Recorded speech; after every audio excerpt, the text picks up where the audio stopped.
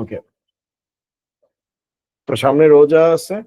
রোজা থাকার কারণে আপনাদের ক্লাসটা হচ্ছে ইয়ের দিকে হবে, রাত 10টার দিকে হবে।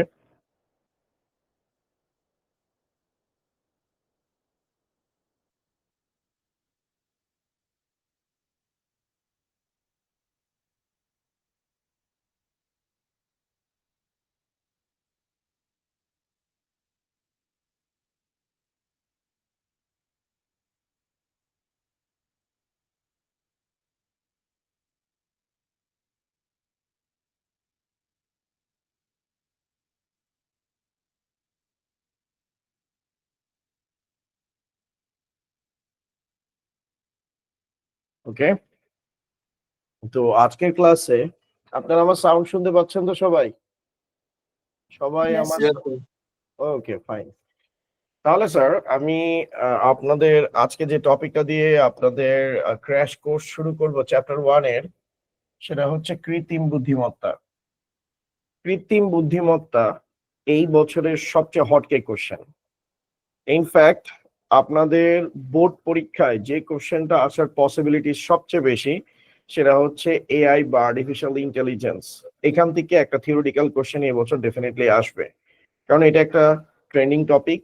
আর এআই কে স্যার বলা হয় ফোর্থ ইন্ডাস্ট্রিয়াল রেভলিউশন বা 4IR, ফোর্থ ইন্ডাস্ট্রিয়াল রেভলিউশন, অর্থাৎ চতুর্থ শিল্প বিপ্লব বলা হয়ে থাকে এই আর্টিফিশিয়াল ইন্টেলিজেন্সকে। তো এখনকার দিনে আর্টিফিশিয়াল ইন্টেলিজেন্স একটা ট্রেন্ডিং টপিকে পরিণত হয়েছে। ইনফ্যাক্ট আর্টিফিশিয়াল ইন্টেলিজেন্স আসলে কি? আর্টিফিশিয়াল ইন্টেলিজেন্স মূলত হচ্ছে একটা অ্যাপ্লিকেশন সফটওয়্যার। ঠিক আছে, যে সফটওয়্যারটা ডেভেলপ করা হয় এখনকার দিনে পাইথন দিয়ে, প্রোলগ, এগুলো বিভিন্ন সফটওয়্যার টুলস ব্যবহার করা হয়। এটার মাধ্যমে মূলত হচ্ছে আর্টিফিশিয়াল ইন্টেলিজেন্স ডেভেলপ করা হয় স্যার। ওকে, সবাই শুনতেছেন তো আমাকে ঠিক মতো? Yes, sir. ওকে, তো আর্টিফিশিয়াল ইন্টেলিজেন্স বা আমরা যেটার কথা বলতেছি ফোর্থ আইআর বা four IR, fourth industrial revolution. তো আর্টিফিশিয়াল ইন্টেলিজেন্স অ্যাকচুয়ালি কি? আর্টিফিশিয়াল ইন্টেলিজেন্স বলতে, আর্টিফিশিয়াল ইন্টেলিজেন্স বলতে কি বোঝায়?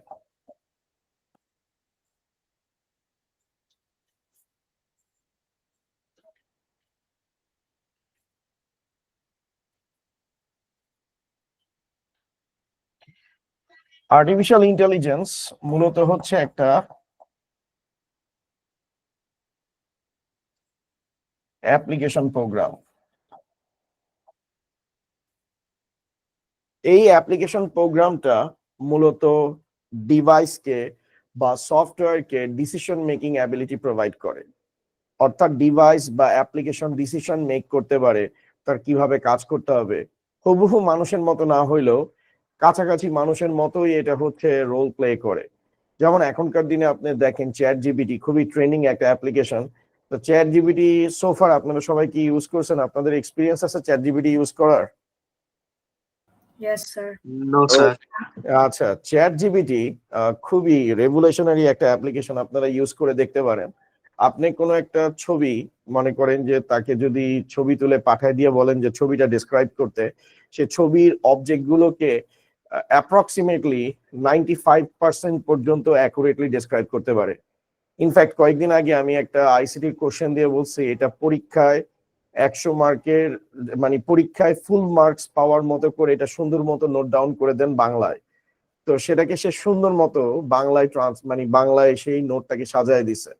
ওকে, তো আর্টিফিশিয়াল ইন্টেলিজেন্সের কারণে এখন আমাদের কাজগুলো খুবই ইজি হয়ে গেছে। তো সবার প্রথমে যেটা কনফিউশন থাকে যে আসলে আর্টিফিশিয়াল ইন্টেলিজেন্স কি? আর্টিফিশিয়াল ইন্টেলিজেন্স মূলত হচ্ছে একটা অ্যাপ্লিকেশন সফটওয়্যার। এই অ্যাপ্লিকেশন সফটওয়্যারটা মূলত ডিসিশন মেকিং অ্যাবিলিটি একটা ডিভাইসকে প্রোভাইড করে, অথবা একটা হচ্ছে সফটওয়্যারকে প্রোভাইড করে, যাতে সফটওয়্যার বা ডিভাইস নিজে থেকে ডিসিশন মেক করতে পারে। এখন সেটার ব্যাপারেই আমরা ডিটেলসে জানার চেষ্টা করব। তো ফার্স্ট থিং ফার্স্ট, আর্টিফিশিয়াল ইন্টেলিজেন্সের হিস্ট্রিটা কি? আর্টিফিশিয়াল ইন্টেলিজেন্স আসলে কিভাবে আসছে, এটার হিস্ট্রিটার জার্নি কবে থেকে শুরু হয়েছে? 1950 অ্যালেন টুরিং তাকে আর্টিফিশিয়াল ইন্টেলিজেন্সের জনক ধরা হয়। এই অ্যালেন টুরিং সর্বপ্রথম আর্টিফিশিয়াল ইন্টেলিজেন্সের কনসেপ্টটা মানুষের সামনে আনেন। তিনি একটা মেথড অ্যাপ্লাই করেন যেটার নাম হচ্ছে টুরিং টেস্ট, কিন্তু তখনও এই মানে মেথডটার নাম আর্টিফিশিয়াল ইন্টেলিজেন্স নামকরণ করা হয় নাই। তো মিস্টার টুরিং সাহেব যে কাজটা করছে, তিনি তিনটা কম্পিউটারের মধ্যে তিনি হচ্ছে ডাটা ফিড করছে, ডাটা হচ্ছে প্রোভাইড করছে, এবং ডাটা প্রোভাইড করার মাধ্যমে তিনটা কম্পিউটারের মধ্যে যখন ডাটা ট্রান্সফার করছে, তখন কম্পিউটারগুলো ডাটাগুলোকে ডিটেক্ট করতে পারছে এবং সেই ডাটাগুলোকে এক্সপ্লেইন করতে পারছে।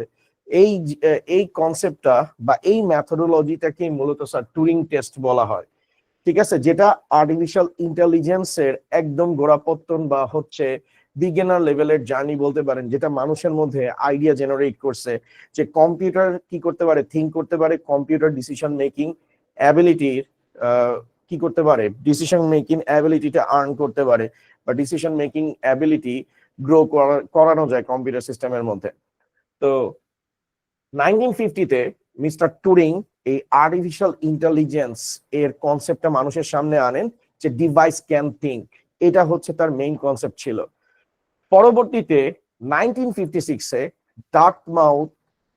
ডার্টমাউথ কনফারেন্সে মিস্টার জন ম্যাকার্টি তিনি সর্বপ্রথম এআই বা আর্টিফিশিয়াল ইন্টেলিজেন্সের এই কনসেপ্টটা সবার সামনে উপস্থাপন করেন। আর্টিফিশিয়াল ইন্টেলিজেন্সের এই কনসেপ্টটা সবার সামনে নিয়ে আসেন এবং 1980 থেকে 90 পর্যন্ত এক্সপার্ট সিস্টেম এবং মেশিন লার্নিং এর হচ্ছে রেগুলেশন হয়। ওকে, পরীক্ষায় যেটা এমসিকিউতে আসে যে এআই এর জনককে, ম্যাক্সিমাম কিন্তু লেখে অ্যালেন টুরিং, ঠিক আছে, আসলে এটার অ্যান্সার হবে জন ম্যাকার্টি, কারণ আর্টিফিশিয়াল ইন্টেলিজেন্সের এই শব্দটার জনক হচ্ছে মিস্টার জন ম্যাকার্টি। আর্টিফিশিয়াল ইন্টেলিজেন্স বা ডিভাইস ক্যান থিঙ্ক এইটার যে কনসেপ্টটা, এটা অ্যালেন টুরিং আনছে, কিন্তু অ্যালেন টুরিং কখনো এই মেথডটাকে যে আর্টিফিশিয়াল ইন্টেলিজেন্স বলে সেটা কিন্তু নামকরণ করেন নাই। 1956-এ ডার্টমাউথ কনফারেন্সে মিস্টার জন ম্যাকার্টি তিনি সর্বপ্রথম এই কনসেপ্টটার নাম দেন হলো গিয়ে এআই বা আর্টিফিশিয়াল ইন্টেলিজেন্স।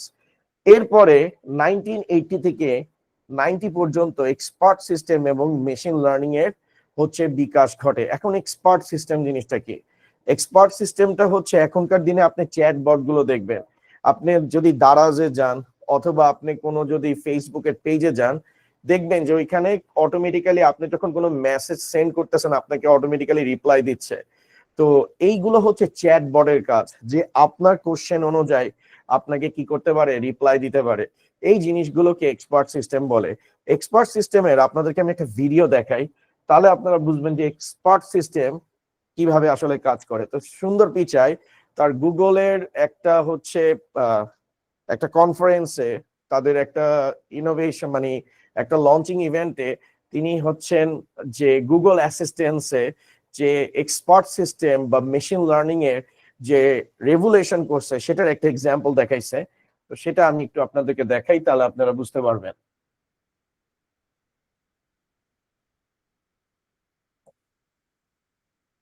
দেখেন স্যার, স্যার সবাই কি সাউন্ডটা শুনতে পাচ্ছেন? স্যার সাউন্ডটা একটু কম। এখন শুনতে পাচ্ছেন? You want to ask Google to make you a haircut appointment on Tuesday between 10 and noon. What happens? আচ্ছা দাঁড়ান আমি একটু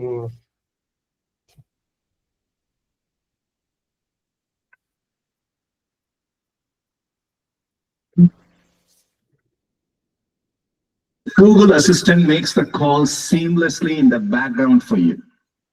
So what you're going to hear is the Google Assistant actually calling a real salon to schedule the appointment for you. Let's listen.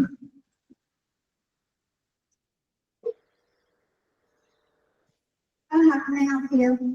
Hi, I'm calling to book a woman's haircut for a client. I'm looking for something on May 3rd. Sure, give me 1 second. Mm-hmm. Sure. What time are you looking for around? At 12 p.m. We do not have a 12 p.m. available. The closest we have to that is a 1:15. Do you have anything between 10 a.m. and 12 p.m.? Depending on what service she would like. What service is she looking for? Just a woman's haircut for now? Okay, we have at 10 o'clock. 10 a.m. is fine. Okay, what's your first name? The first name is Lisa. Okay, perfect. So I will see Lisa at 10 o'clock on May 3rd. Okay, great. Thanks, great. Have a great day. Bye.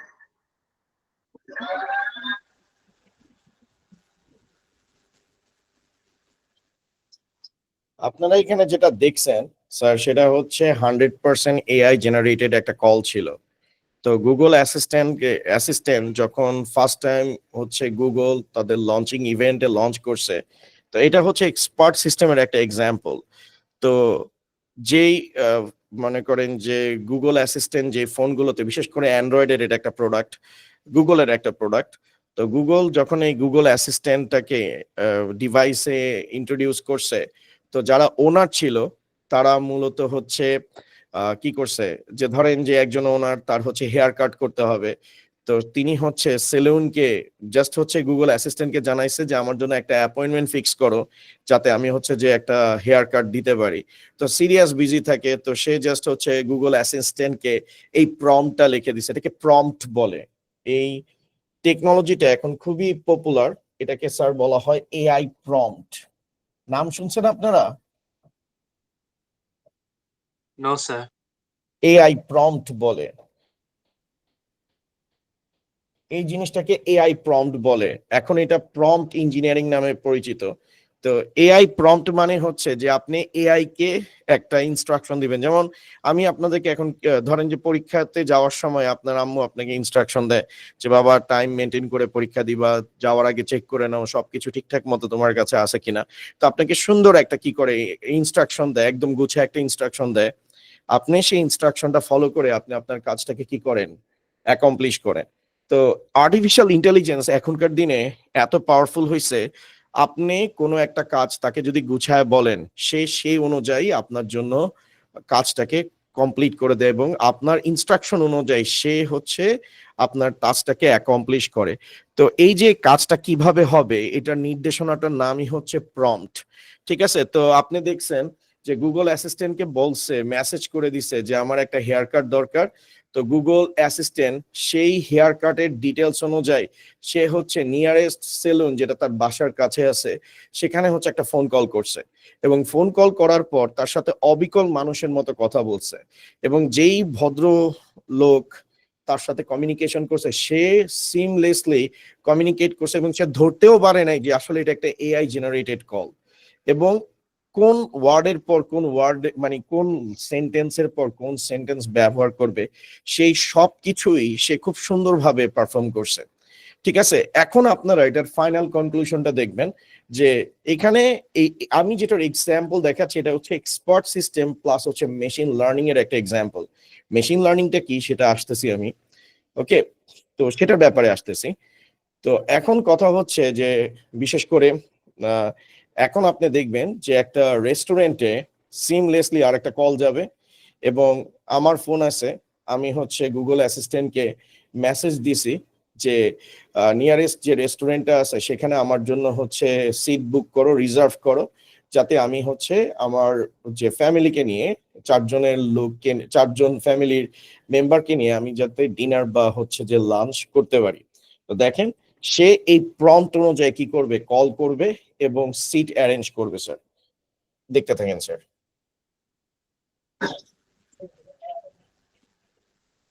That was a real call you just heard. The amazing thing is the assistant can actually understand the nuances of conversation. We've been working on this technology for many years. It's called Google Duplex. It brings together all our investments over the years in natural language understanding, deep learning, text-to-speech. By the way, when we are done, the assistant can give you a confirmation notification saying your appointment has been taken care of. Let me give you another example. let's say you want to call a restaurant, but maybe it's a small restaurant which is not easily available to book online. The call actually goes a bit differently than expected. So take a listen.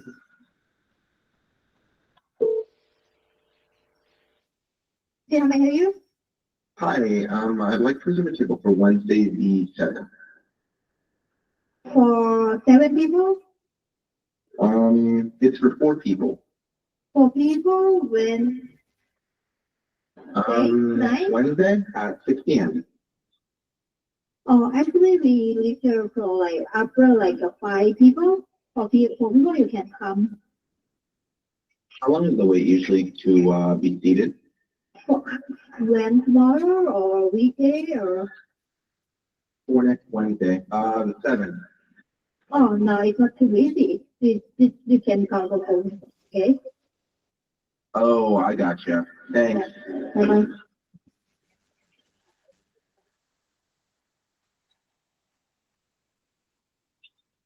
Again, that was a real call. We have many of these examples where the calls আপনারা নিশ্চয়ই বুঝতে পারছেন এটা আজ থেকে almost হচ্ছে 6 বছর আগের একটা ইভেন্টের আপনারা ভিডিও ফুটেজ দেখছেন। তো এখন বর্তমানে আসলে এআই কোন লেভেলে গেছে আপনারা নিশ্চয়ই ধরতেই পারতেছেন। ওকে, তো এই ছিল স্যার এক্সপার্ট সিস্টেম এবং মেশিন লার্নিং এর বিকাশ। মেশিন লার্নিংটা এটা সর্ট অফ হচ্ছে এআই এর একটা ফিচার। এআই যখন রেভলিউশন হয়েছে তার হচ্ছে লেটেস্ট ফিচারের নাম হচ্ছে মেশিন লার্নিং। এবং মেশিন লার্নিং 1980 থেকে 90 পর্যন্ত মেশিন লার্নিং এর ডেভেলপমেন্টের ফার্স্টে এক্সপার্ট সিস্টেম হচ্ছে, দেন হচ্ছে মেশিন লার্নিং ডেভেলপ করছে। মেশিন লার্নিং এর পর 2000 থেকে টিল নাও বর্তমানে 2025 এখন আর্টিফিশিয়াল ইন্টেলিজেন্সের যে রিসার্চ এন্ড ডেভেলপমেন্ট হচ্ছে সেটা হচ্ছে ডিপ লার্নিং বা ডিপ লার্নিং বা নিউরাল নেটওয়ার্ক নিয়ে কাজ করতেছে। ওকে, তো আমি যদি আপনাদেরকে একটা বিষয় একটু এক্সপ্লেইন করি তাহলে বিষয়টা বুঝতে পারবেন। আর্টিফিশিয়াল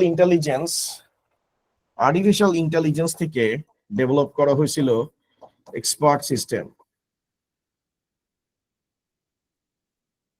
এক্সপার্ট সিস্টেম থেকে ডেভেলপ করা হয়েছে মেশিন লার্নিং। এখন যেটা ট্রেন্ড চলতেছে সেটার নাম হচ্ছে ডিপ লার্নিং। আর ডিপ লার্নিংটা হচ্ছে অবিকল হিউম্যান ব্রেইনের মতো কাজ করে, লাইক নিউরাল নেটওয়ার্ক ইউজ করে।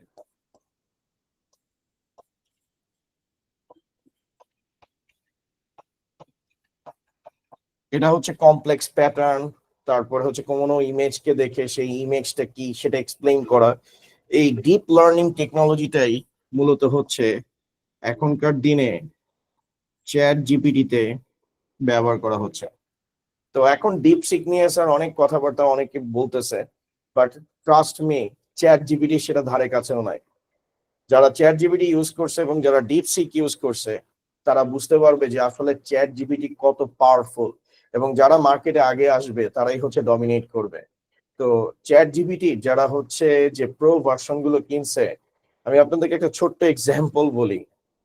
তো আমার একটা কনফারেন্সের জন্য একটা পাওয়ার পয়েন্ট রেডি করতে হবে খুব প্রিসাইজ ওয়েতে গুছায়া।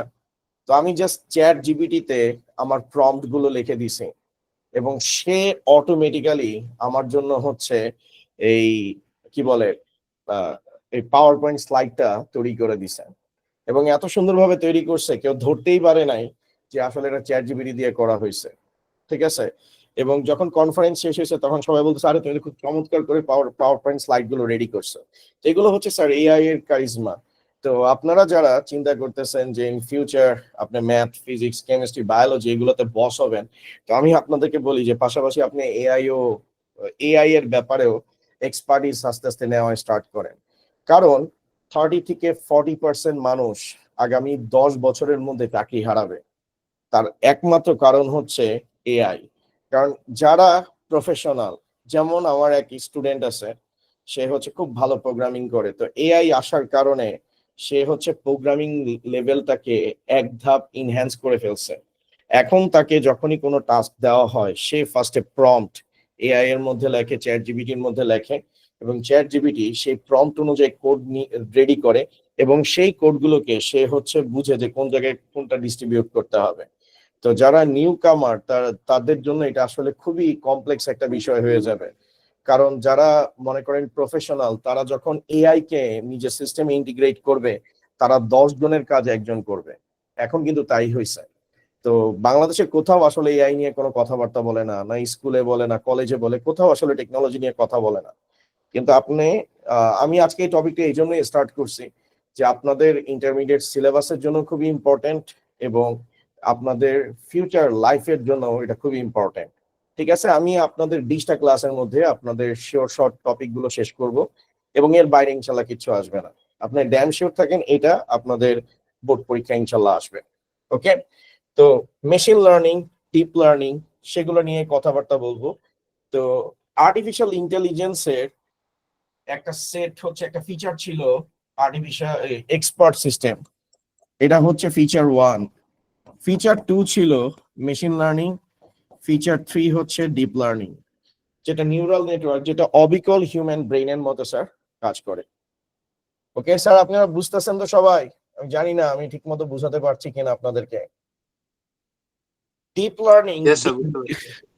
লার্নিং বিগ ডেটা কম্পিউটিং এর উপর ডিপেন্ড করে। তো আপনারা যে চ্যাট জিপিটি দেখতেছেন, চ্যাট জিপিটি হচ্ছে বিগ ডেটা নিয়ে কাজ করে। আর এখনকার দিনে deep learning, big data, computing যেটাকে আমরা বলি হলো গিয়ে কি বলবো, সুপার কম্পিউটিং বলি, তো অ্যাডভান্স কম্পিউটিং যেটাকে আমরা বলি। তো কম্পিউটেশনাল হচ্ছে যে যে কি বলবো পাওয়ারের কথা বলি, এগুলো সবকিছুকে কন্ট্রোল করা হয় স্যার পাইথনের মাধ্যমে। পাইথন হচ্ছে বিগ ডেটা নিয়ে স্যার কাজ করে। ওকে, আর আগে আপনাদের বইতে, আপনাদের বোর্ড বইতে দেওয়া আছে প্রোলগ।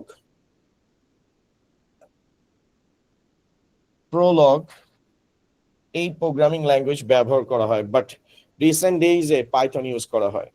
আপনারা জানেন কি না, 10 বইতে, 9 বইতে এই বছর হচ্ছে পাইথন ইন্ট্রোডিউস করছে। তো লেটার অন এটা আপনাদের পরবর্তীতে 27 বা 28 বছর, মানে 28 সেশনে বোর্ড বইগুলোতে পাইথন ইন্ট্রোডিউস করবে। ওকে, তো পাইথন এই বিগ ডেটা গুলোকে ম্যানেজ করে। তো আমরা সামনে একটু মুভ করি। তো আর্টিফিশিয়াল ইন্টেলিজেন্সের ইতিহাস তো বুঝতে পারছেন, 1950 থেকে শুরু হয়েছে, এবং কন্টিনিউয়াসলি তার ডেভেলপমেন্ট হচ্ছে।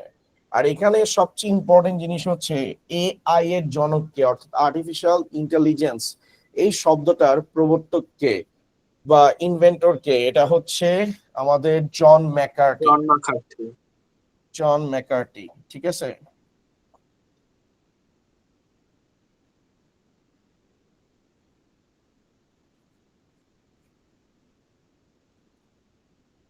জন ম্যাকার্টি, তিনি হচ্ছেন আর্টিফিশিয়াল ইন্টেলিজেন্সের জনক। Sir, father of artificial intelligence, তাই না? হ্যাঁ, ফাদার অফ আর্টিফিশিয়াল ইন্টেলিজেন্স।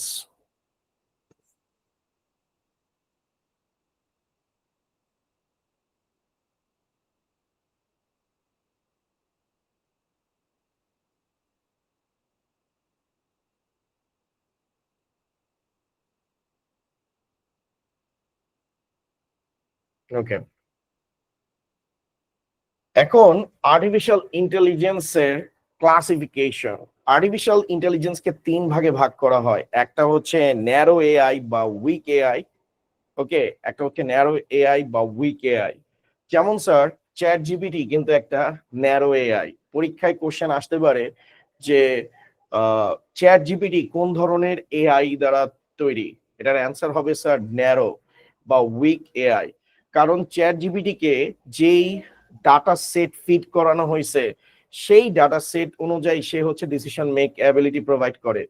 তার কাছে যে ডাটা সেটটা যাবে না, সে ওটার ব্যাপারে কোনো অ্যান্সার দিতে পারবে না। জিনিসটা একটু খুব সুন্দরভাবে বুঝাই, এখান থেকেই মেশিন লার্নিং এর স্যার স্টার্টিং হবে। মেশিন লার্নিংটা কি? যেমন আমি যদি আজকে আপনাকে আর্টিফিশিয়াল ইন্টেলিজেন্স না পড়াই, যদি আমি আপনাকে পরীক্ষা দিই, কোনো question artificial intelligence regarding question যদি আপনাকে সলভ করতে দিই, আপনি ড্যাম শিওর থাকেন আপনি কিন্তু অ্যান্সার দিতে পারবেন না, আপনার ইস্যুস হবে। আপনার পরীক্ষায় ঠিকঠাক মতো কোনো ধরনের অ্যান্সারই দিতে পারবেন না।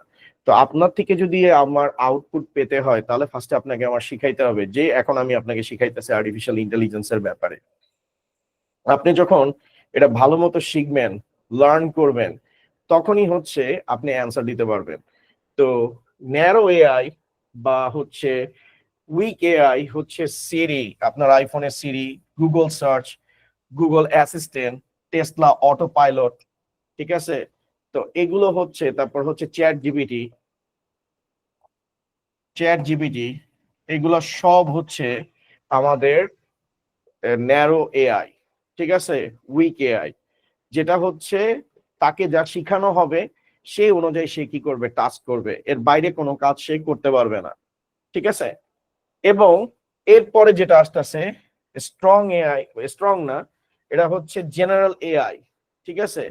জেনারেল এআই মানে হচ্ছে যে আমরা মানুষটা যেভাবে ডিসিশন মেক করি সেই মডেলের আলোকে এআইটার ডেভেলপমেন্টের কাজ এখনো চলতেছে।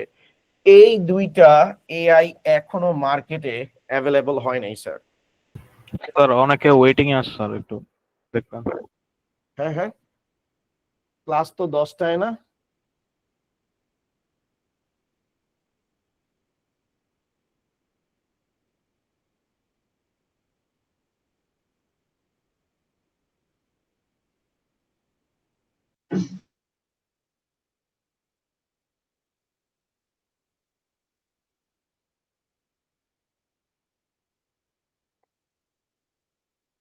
ওকে, এরপরে আমাদের আসতেছে হলো গিয়ে জেনারেল এআই। তো জেনারেল এআই এটা এখনো বাস্তবায়িত হয় নাই, মানে এটা এখনো ইমপ্লিমেন্টেশন হয় নাই, এটা এখনো রিসার্চ ফেজে আছে। আর সামনে যেটা আসবে সেটা হচ্ছে সুপার এআই বা স্ট্রং এআই, যেটা মানুষের থেকে বিয়ন্ড, মানুষ যেভাবে হিউম্যান যেভাবে হচ্ছে ডিসিশন মেক করে সেটার থেকেও মূলত হচ্ছে আরো অ্যাডভান্স লেভেলে সে হচ্ছে ক্যালকুলেশন স্ট্যাবলিশ করতে পারবে। এটা এখনো হচ্ছে হলো গিয়ে একটা থিওরিটিক্যাল কনসেপ্ট বা সুপারভিশন। এটা মানুষ চিন্তা করতেছে বা কম্পিউটার সায়েন্টিস্টরা চিন্তা করতেছে ইন ফিউচার এরকম কিছু হবে বা এরকম কোনো সিস্টেম আমরা ডেভেলপ করতে পারবো যেটা প্রবাবিলিটি স্ট্যাটিস্টিক্স এর উপর বেস করে ডিসিশন মেক করতে পারবে যে ইন ফিউচার কি হবে, বা হচ্ছে যে এটার আলটিমেট আউটপুটটা কি এক্সাক্ট হচ্ছে ক্যালকুলেশন করতে পারবে। তো এটা ওই যে ক্রিশ মুভিতে আপনারা দেখছেন কিনা আমি জানি না, যে ঋতিকের যে ফাদার যিনি ছিল, এখানে তো আসলে ঋতিক হচ্ছে ডুয়াল পার্ট করছে, তো ওইখানে ওর ফাদার একটা ফিউচার কম্পিউটার তৈরি করছে যেটা হচ্ছে ফিউচার দেখতে পারে। এটা আসলে কোয়াইট ইম্পসিবল একটা ব্যাপার, যেটা পসিবল না, কখনোই কোনোভাবেই পসিবল না। এটা মানুষের হচ্ছে সুপারভিশন, বাট এই ধরনের সিস্টেম আসলে ডেভেলপ করা এখনো পসিবল না, যেটা হচ্ছে তার হচ্ছে অ্যালগোরিদম, তারপর হচ্ছে স্ট্যাটিস্টিক্স, তারপর হচ্ছে যে প্রবাবিলিটি, এগুলোর উপর বেস করে ডিসিশন মেক করতে পারবে। এটা কখনো পসিবল না। তো এইটাই এখনো পর্যন্ত অ্যাচিভ করা সম্ভব হয় নাই। তো পরীক্ষায় আসে আর্টিফিশিয়াল ইন্টেলিজেন্সকে কয় ভাগে ভাগ করা হয়? 3 ভাগে ভাগ করা হয়। একটা হচ্ছে ন্যারো বা উইক এআই, একটা হচ্ছে জেনারেল এআই, আর একটা হচ্ছে স্ট্রং এআই। তো বর্তমানে আমরা যেটা নিয়ে কাজ করতেছি সেটা কি এআই স্যার? ন্যারো এআই নিয়ে আমরা কাজ করতেছি বা উইক এআই নিয়ে কাজ করতেছি। এগুলোর কিছু এক্সাম্পল থাকবে লাইক সিরি, চ্যাট জিপিটি। সবচেয়ে পপুলার হচ্ছে চ্যাট জিপিটির কথা বলবে আপনাকে, চ্যাট জিপিটির কথা বলবে যেহেতু আপনাদের বইতে আছে। তো চ্যাট জিপিটিতে কোন ধরনের এআই ব্যবহার করা হয়েছে, which type of AI being used in chat GPT, এটার অ্যান্সার হবে হলো গিয়ে ন্যারো এআই। স্যার আপনারা বুঝতে পারতেছেন sir? Clear? Yes, sir. Okay sir, আপনারা অন টাইমে ইন করার চেষ্টা করবেন স্যার। সবাই একটু অন টাইমে যদি ইন করেন তাহলে ভালো হবে। তারপরে এআই এর ব্যবহার আমরা কোথায় করি? AI uses, where we use AI. তো ফার্স্টে আসতেছে হেলথ কেয়ারে আমরা হচ্ছে এআই ইউজ করি। যেমন আপনারা দেখতেছেন হেলথ কেয়ারে একটা রিনাউন্ড এআই অ্যাপ্লিকেশন আছে যেটার নাম হচ্ছে IBM ওয়াটসন। সেটা হচ্ছে আপনার ডায়াগনোসিস করে, অর্থাৎ আপনার শরীরে কি ধরনের রোগ আছে বা বিশেষ করে যে ডিজিজ আইডেন্টিফিকেশন এবং সেই ডিজিজের জন্য কোন ধরনের মেডিসিন প্রেসক্রাইব করতে হবে প্রেসক্রাইব করতে হবে সেই বিষয়গুলো নিয়ে এগুলো ইউজ করা হয়। এগুলো বড় বড় যে হসপিটালগুলো আছে, আল্ট্রাটেক হসপিটালগুলো আছে বা প্যাথোলজিক্যাল ল্যাবগুলো আছে, সেই জায়গাতে এই হেলথ কেয়ারের জন্য এআই ইউজ করা হয়। ওকে, তারপর ফিন্যান্স হচ্ছে ফ্রড বা স্ক্যাম শনাক্তকরণের একটা এআই টুল। যেমন কোনো একটা চেক আসছে, তো চেকের মধ্যে সাইন অবিকল ভাবে কেউ দিছে, ওইখান থেকে মনে করেন যে কি স্ট্রোক বা হিট স্ট্রোক থেকে সে দেখতে মানে সে চেক করে দেখে যে এই সাইনটা আসলে ফ্রড হয়েছে কিনা, বা তার কাছে একটা বেনামি কোনো একটা মনে করেন যে বন্ড আসছে বা কোনো একটা ট্রানজাকশন আসছে, তো সেই ট্রানজাকশনটা আসলে ভ্যালিড ট্রানজাকশন কিনা, সেই বন্ডটা ভ্যালিড বন্ড কিনা, সেই জিনিসগুলোকে ক্যালকুলেট করে। তারপরে হচ্ছে ট্রেডিং করে, লাইক হচ্ছে আপনার স্টক এক্সচেঞ্জেও কিন্তু এখন এআই ইন্ট্রোডিউস করা হয়েছে, যে কোন শেয়ারটার মূলত প্রাইস অ্যানালিটিক্স নিয়ে কাজ করতেছে। এটা লাইক হচ্ছে 2009-10 থেকে এই স্টক এক্সচেঞ্জের জন্য এআই টুল ডেভেলপমেন্টের কাজ চলতেছিল। তো সেখানে সে হচ্ছে প্রত্যেক দিনের শেয়ার মার্কেটের ডাটাগুলোকে সে লাইভ মনে করেন যে রিয়েল টাইমে ক্যাপচার করে, এবং রিয়েল টাইমে ক্যাপচার করার পর অ্যানালাইসিস করে, এবং অ্যানালাইসিস করে কোন শেয়ারগুলো আপনার জন্য সেফ সেটাকে 90 থেকে 80% সিউরিটিতে আপনাকে শো করে। তো অলমোস্ট ওইটা কাছাকাছি থাকে। তো ওই স্ট্যাটিস্টিক্স এর উপর বেস করে যারা হচ্ছে বায়াররা আছে তারা হচ্ছে সেলে ট্রেড করে। ওকে, তারপর পরিবহন। এখনকার দিনে টেসলা খুবই রিনাউন্ড একটা নাম এলন মাস্কের। তো টেসলা হচ্ছে এআই টুল ইউজ করে, অটো পাইলট ইউজ করে। তো পরিবহন খাতেও এআই চলে আসতেছে। তো এআই এর কারণে কোনো ড্রাইভার লাগবে না, বাট চীনে একটা অ্যাক্সিডেন্ট হয়েছে, তো এটা টেসলা এখনো কাজ করতেছে যে এআই হচ্ছে কি বলে ম্যাল ফাংশন হয়েছে, এবং ম্যাল ফাংশন হওয়ার কারণে মনে করেন যে কার ক্র্যাশ করছে, স্পিড কন্টিনিউয়াসলি সে বাড়াইছে, এবং বাড়াইতে বাড়াইতে এমন হয়েছে যে 1 না 2 জন মানুষ মারাও গেছে ওইটাতে। আপনারা টার্মিনেটর দেখছেন স্যার? টার্মিনেটর মুভিটা, Yes, sir. Yes, sir. Rise of the machines, Skynet. Yes, sir. Skynet কি করছিল? স্কাইনেট হচ্ছে, যারা দেখেন নাই মুভি দেখা উচিত আসলে। টার্মিনেটর মুভিটা আমার খুব পছন্দের, আমি প্রত্যেকটা সিরিজ আসলে দেখার চেষ্টা করি। তো ওইখানে রাইজ অফ দ্য মেশিনে স্কাইনেট নামক একটা এআই অ্যাপ্লিকেশন ছিল। তো সে প্রতিনিয়ত হচ্ছে যে সিস্টেমের সবাইকে জানাইতেছে যে আসলে আমাদের সিকিউরিটি মানে থ্রেডের মধ্যে আছে, পুরো রোল ওভারটা এআই কে দেওয়া হোক। তো এআই নিজেই কিন্তু আসলে ভাইরাস ছিল। তো যখনই এআই কে রোলটা প্লে করা মানে কি বলে যে সব রোল দিয়ে দেওয়া হয়েছে, পাওয়ার দিয়ে দেওয়া হয়েছে যে সব সিস্টেমকে কন্ট্রোল করার, তখন স্কাইনেট কি করছে? নিউক্লিয়ার ওয়ার ইনিশিয়েট করছে এবং পৃথিবী ধ্বংস হয়ে গেছে। তো স্যার এআই এর একটা প্রবলেম ইন ফিউচার হইতে পারে যে এটা হচ্ছে ডিসিশন মেকিং অ্যাবিলিটি যখন নিতে যাবে তখন অনেক সময় ভুল করবে। যেমন আমরা কিন্তু টেসলার একটা ইস্যু দেখছি। টেসলাতে কিন্তু কোনো মানুষ থাকে না, ঠিক আছে? এটা অটো পাইলট ইউজ করে, প্লেনের এরকম একটা টেকনোলজি ইউজ করা হয়, অটো পাইলট টেকনোলজি। জি sir. Autopilot technology use করা হয় যে প্লেন কে অটো পাইলট মোডে দিয়ে দিলে প্লেন তার মতো করে হচ্ছে যে সেটাকে কি করে যে ফ্লাই করে। তো ওই টেকনোলজিটাই মূলত হচ্ছে টেসলাতে দেওয়া হয়েছিল, কিন্তু এটা ম্যাল ফাংশন করছে যার কারণে একটা অ্যাক্সিডেন্ট হয়েছে। এটা নিয়ে বহুত কাহিনী হয়েছে স্যার। তারপরে হচ্ছে স্যার শিক্ষার জন্য ব্যক্তিগত কৃত শিক্ষার প্ল্যাটফর্ম ডুওলিঙ্গো, তারপরে হচ্ছে কোর্সেরা। তো কোর্সেরাতে একটা এআই ফিচার অ্যাড করা হয়েছে যেটা আপনাকে অ্যাজ এ টিচার হিসাবে কি করবে, শিখাবে। যেমন এখন অনেক এআই টুল আসছে যে সেখানে আপনি হচ্ছেন আপনার ইংলিশকে অ্যাডভান্স লেভেলে নিতে পারবেন, যেমন গ্রামারলি, ঠিক আছে? সেই জায়গাতেও মূলত হচ্ছে এআই ইউজ করা হচ্ছে। যেমন আমি ইংলিশ কিছু পারি না, আমি মুনজারিন শহীদাপুর কোনো কোর্সও করি নাই। তো আমাকে যখনই কেউ ইংলিশে কিছু লিখতে বলে, আমি তো মনে করেন যে ফাঁকিবাজ মানুষ। তো এআই আসার কারণে আমার ফাঁকিবাজি হচ্ছে চরম লেভেলে গেছে। আমি সব প্রম্পট লিখে গ্রামারলিতে দিয়ে দিই, গ্রামারলি খুব সুন্দরভাবে সেটাকে জেনারেট করে দেয়। তো আমাকে একজন বলতেছে, আরে তোমার তো ইংলিশের বেসিক খুব ভালো, তুমি খুব সুন্দর ইংলিশ লেখো, কোনো বানান টানার কোনো কিছু ভুল নাই। আমি মনে মনে হাসতেছি, আরে ভাই এটা তো হচ্ছে গ্রামারলি আর হচ্ছে চ্যাট জিপিটির হচ্ছে কামাল। তো যাই হোক, তো আসলে একটু পড়ালেখা করতে হবে, নয়তো আপনি কিভাবে লিখতে হবে সেই ব্যাপারে তো ইনস্ট্রাকশন বা প্রম্পট দিতে পারবেন না। আই হোপ আপনারা এই জিনিসগুলো শিখে যাবেন, আপনাদের ইউনিভার্সিটি লেভেলে খুবই কাজে দিবে, খুবই কাজে দিবে। ওকে, তারপরে হচ্ছে বিনোদন, নেটফ্লিক্স এর রিকমেন্ডেশন সিস্টেম, লাইক এটা ইউটিউবের মতো।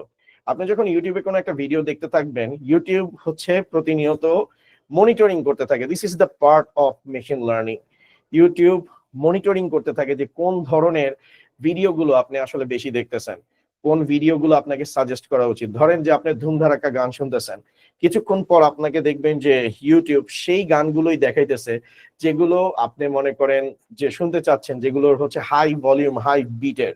ধরেন আপনি জিমে গেছেন, এখন জিমে আপনি সবসময় সেই ধরনের সংগুলো নেন যেগুলো হচ্ছে যে আপনার এনার্জি লেভেলকে বুস্ট করে। তো তখন সে কন্টিনিউয়াসলি আপনাকে ওই গানগুলোকে কি করবে, সাজেস্ট করবে, এবং সে আপনার প্লে লিস্টটাকে ফলো করতে থাকে। ধরেন আপনি দুইটা খুবই মনে করেন বিট বেস বা মেটাল বেস গান শুনছেন, এরপরে হচ্ছে আপনি কোনো মেলোডিয়াস গান শুনছেন, তারপরে হিপ হপ শুনছেন, সে অনুযায়ী আপনাকে লিস্ট গুলোকে রেডি করে দেয়। এই জিনিসগুলো মূলত হচ্ছে সাজেস্ট লিস্ট হিসেবে কাজ করে। ওকে, রিকমেন্ডেশন লিস্ট। তারপর এআই জেনারেটেড আর্ট, যেমন মিড জার্নি দিয়ে এখন হচ্ছে খুব সুন্দর ছবি বানানো যায়। আমি আজকে আপনাদেরকে একটা ছবি পাঠাবো আজকের ক্লাসটা শেষ হইলে, এআই দিয়ে জেনারেট করা, আপনারা দেখতে পারবেন। আমি কিন্তু কোনো গ্রাফিক ডিজাইনার না, বাট মিড জার্নি নামক এআই টুল দিয়ে আমি খুব সুন্দরভাবে একটা কি করতে পারছি, একটা ছবি তৈরি করতে পারছি। ওকে স্যার, আপনারা কি এআই এর ব্যবহার বুঝছেন? হেলথ কেয়ারে ইউজ করা যায়, তারপরে হচ্ছে আপনার কি বলে ইকোনমিক্যাল বা ফিনান্সিয়াল ট্রানজাকশন বা ফিনান্সিয়াল যত ধরনের টাস্ক আছে সেগুলোকে পারফর্ম করা যায়। তারপরে হচ্ছে অটোমেটেড ভেহিকল বা হচ্ছে পরিবহন ক্ষেত্রে ইউজ করা যায়, এডুকেশনে ইউজ করা যায়, এন্টারটেইনমেন্টে ইউজ করা যায়।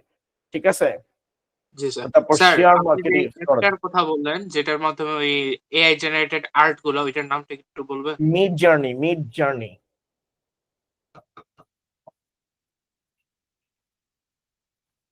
Mid journey. Okay, thank you. আপনি দেখবেন এগুলো কিন্তু পেইড, সব আপনাকে অল্প কিছু ফ্রিতে করতে দিবে, এর পরের গুলো হচ্ছে যে আপনাকে টাকা দিয়ে কিনতে হবে। আসলে সবাই এখন বিজনেস মডেলের দিকে চলে যাচ্ছে। There is no such thing will be free in future. আচ্ছা, এআই তে মেশিন লার্নিং ইউজ করা হয়। স্যার, মেশিন লার্নিং অ্যাকচুয়ালি কি? মেশিন লার্নিংটা হচ্ছে একটা মেশিনকে ফার্স্টে হচ্ছে ডাটা সেট দেওয়া হয়। যেমন আমি এখন আপনাকে আর্টিফিশিয়াল ইন্টেলিজেন্স শিখাইতেছি, তো মেশিন লার্নিং এর তিনটা মনে করেন ফেজ আছে। একটা হচ্ছে সুপারভাইজড লার্নিং,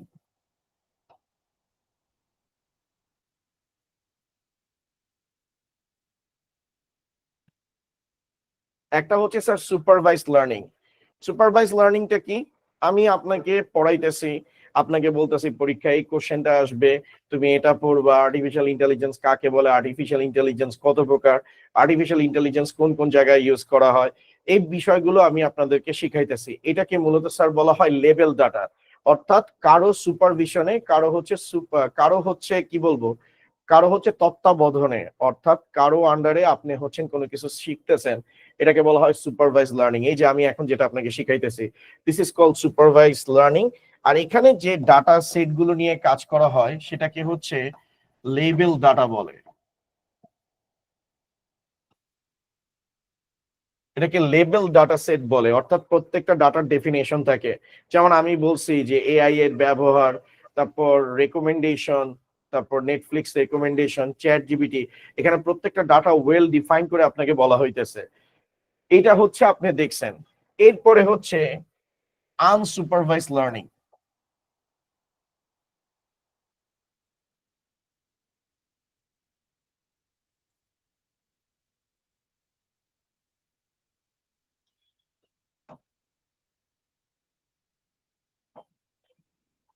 আনসুপারভাইজড লার্নিং আমি আপনাদেরকে সাজেস্ট করব খাতা কলম নিয়ে বসেন, খাতা কলম নিয়ে বসে এগুলো একটু লিখে ফেলেন, তাহলে আপনাদের কাজে দিবে। ওকে, এগুলো কাজে দিবে, মনেও থাকবে। আনসুপারভাইজড লার্নিং, আনসুপারভাইজড লার্নিং মানে কি? এই যে আপনি সামনের দিন মডেল টেস্ট পরীক্ষা দিতে যাবেন, মডেল টেস্টে কিন্তু কখনো ক্লিয়ারলি কোনো কিছু বলবে না। তো আপনাকে ধরেন যে একটা কোশ্চেন দিল, সৃজনশীল কোশ্চেন দিল, সৃজনশীল কোশ্চেনে বলা হলো যে চতুর্থ শিল্প বিপ্লবের ক্ষেত্রে কোন টেকনোলজিটা ব্যবহার করা হচ্ছে বা কোন টেকনোলজিটা চতুর্থ শিল্প বিপ্লবের মূল চালিকা শক্তি হিসেবে কাজ করবে। তো এইভাবে বলতে পারে, ইংলিশ ভার্সনদের জন্য কোশ্চেন বলতেছি, which technology is used to implement in which technology is responsible to create fourth industrial revolution। তো কোন টেকনোলজিটা হচ্ছে ফোর্থ ইন্ডাস্ট্রিয়াল রেভলিউশনের জন্য দায়ী, ঠিক আছে? তো এই ধরনের কোশ্চেন আসছে। তো আপনাকে আমি মনে করেন যে ধরেন এগুলো বলি নাই, আপনি কোশ্চেনটা দেখে আপনার কাছে আগের থেকে কিছু ডাটা সেট ছিল, লেভেল ডাটা সেট ছিল, যেটার উপর আপনি বেস করে নিজের থেকে ডিসিশন নিছেন। এই যে আপনি নিজের থেকে ডিসিশন নিছেন, এই কোশ্চেনের অ্যান্সারটা কি হবে? This is call unsupervised learning. অর্থাৎ এইটা আপনাকে কেউ শিখায় দেয় নাই, আপনি প্রিভিয়াস আপনার কাছে ডাটা ছিল, সেই ডাটার উপর বেস করে আপনি ডিসিশন মেক করছেন। ইনফ্যাক্ট আপনি ট্রু কলার দেখছেন স্যার, ট্রু কলারে আপনি কি কখনো এটা করেন যে স্প্যাম আসে না, যে স্প্যাম কল আসে, এটা কি আপনি সিলেক্ট করে দেন না? ট্রু কলার নিজের থেকে এটা সিলেক্ট করে স্যার। Truecaller use- হ্যাঁ, নিজের থেকে করে। এই যে ট্রু কলার নিজের থেকে এটাকে যে আইডেন্টিফাই করে, this is call unsupervised learning. কারণ সে প্রতিনিয়ত অবজার্ভ করে দেখছে যে এই ধরনের কল সাধারণত আপনি অ্যাভয়েড করেন বা ব্লক লিস্টে ফেলে দেন, বা পৃথিবীব্যাপী যত ট্রু কলার ইউজার আছে তারা তাদের ডাটাবেসকে অবজার্ভ করে দেখছে যে এই 4 ডিজিট বা 5 ডিজিটের যখন কোনো ফোন আসে, তখন হচ্ছে ইউজার ম্যাক্সিমাম টাইমে 100টা কলের মধ্যে 90 টাইমস তারা হচ্ছে এই কলটাকে ইগনোর করে বা ব্লক করে দেয়, বা কেউ এটাকে স্প্যাম নামে সেভ করে রাখছে। ওই ডাটা সেট থেকে সে নিজে ডিসিশন মেক করে যে এই ধরনের কল আসলে আমি ইউজারকে স্প্যাম হিসেবে শো করব, ঠিক আছে? তো this is call unsupervised learning. আপনারা বুঝতে পারতেছেন তো স্যার সুপারভাইজড লার্নিং কি, আনসুপারভাইজড লার্নিং কি? ক্লিয়ার কিনা স্যার সবার কাছে? ক্লিয়ার। স্যার এটার মানে কি মানে কম্পিউটারাইজড ভাবে কম্পিউটার নিজের ইচ্ছা অনুযায়ী মানুষকে তার তথ্যের দিচ্ছে, অ্যান্সার দিচ্ছে, এরকম? হ্যাঁ হ্যাঁ, মানে তাকে আপনি ধরেন, এই যে আমি আপনাকে এখন আর্টিফিশিয়াল ইন্টেলিজেন্স শিখাইলাম না, তো আপনি জি স্যার। যখন পরীক্ষা দিতে যাবেন তখন কোশ্চেন তো আর আমি আপনাকে বলবো না যে এটার মিনিং হচ্ছে আর্টিফিশিয়াল ইন্টেলিজেন্স। আপনি কোশ্চেনটা পড়ে আপনাকে আমি যে পড়াইছি সেটার সাথে কি করবেন, ম্যাচ করার চেষ্টা করবেন, এবং ম্যাচ করে আপনি বুঝতে পারবেন হ্যাঁ এটার অ্যান্সার কি হবে, আর্টিফিশিয়াল ইন্টেলিজেন্স হবে। তো এই যে প্রিভিয়াস কোনো ডাটা সেটের উপর বেস করে ডিসিশন মেক করার নামই হচ্ছে কি স্যার, আনসুপারভাইজড লার্নিং। কথা কি ক্লিয়ার কিনা? আপনি যে কথাটা বলছেন এটা অলমোস্ট কাছাকাছি ছিল, জাস্ট আমি একটু কারেকশন করে বলছি যে কম্পিউটারকে আগে শিখাইতে হবে। আপনি এটাকে ডাটা ফিড বলে। কম্পিউটারকে আপনার ডেটা কি করতে হবে স্যার? ফিড করতে হবে। আপনি কম্পিউটারকে ডাটা এটাকে ট্রেন করা বলে। আমি যদি আপনাকে না শিখে, সহজ কথা, আমি যদি আপনাকে না শিখে আপনি কি কোনো অ্যান্সার দিতে পারবেন আমাকে? না স্যার। সেম ভাবে কম্পিউটারকে কি করতে হবে, প্রতিনিয়ত ডাটা সেট শিখানো হবে, এবং কম্পিউটার ওই শিখার মাঝখানে সে শিখে নিবে সবকিছু। যেমন আমি আপনাকে বলার সময় কিন্তু সবকিছু বলতেছি না, আপনি কি করতেছেন, নিজের থেকেও কি করতেছেন, কিছু জিনিস নিজে অ্যাডপ্ট করতেছেন। এই যে নিজে অ্যাডপ্ট করা, কিভাবে অ্যাডপ্ট করতেছেন, আমার শিখানোর উপর বেস করে নিজেও কি করতেছেন, কিছু ডিসিশন মেক করতেছেন। এই যে আপনি আমার ডাটার উপর বেস করে নিজে যে একটা ডিসিশন মেকিং করতেছেন, এটাকেই মূলত স্যার বলা হবে কি, আনসুপারভাইজড লার্নিং। কথা কি বুঝাতে পারছি আপনাদেরকে? ওকে, জি স্যার। এখন পরীক্ষার খাতায় আপনি তো আপনার মতো করে স্যার লেখা দিছেন। এখন আপনি ধরেন কেউ আর্টিফিশিয়াল ইন্টেলিজেন্সের জায়গায় রোবোটিক্স লেখা দিছে, তার ডিসিশন অনুযায়ী সৃজনশীলে তো তাই হয়। এই যে আপনি ভুল করছেন, আপনি যখন পরীক্ষা দিবেন, পরীক্ষা দেওয়ার পর আপনাদের কি হবে, একটা সলভ ক্লাস হবে। এই সলভ ক্লাসটাকে মূলত স্যার বলা হবে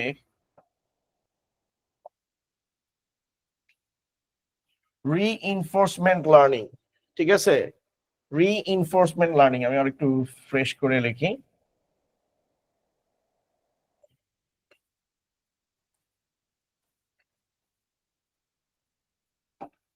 রিইনফোর্সমেন্ট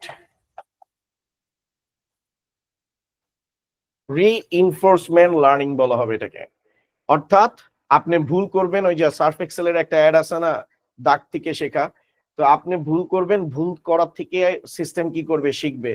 অর্থাৎ আপনাকে ধরেন শিখাইছে যে দুইটা ছবি দিয়ে দেখাইছে এটা হচ্ছে ক্যাট, এটা হচ্ছে ডগ, দেখানোর পর যখন আবার পুনরায় দেখা গেছে একটা বাঘের ছবি দেখাইছে, তখন সে বলতেছে দিস ইজ ক্যাট, বা একটা কুমিরের ছবি দেখাইছে তখন সে বলতেছে ডগ।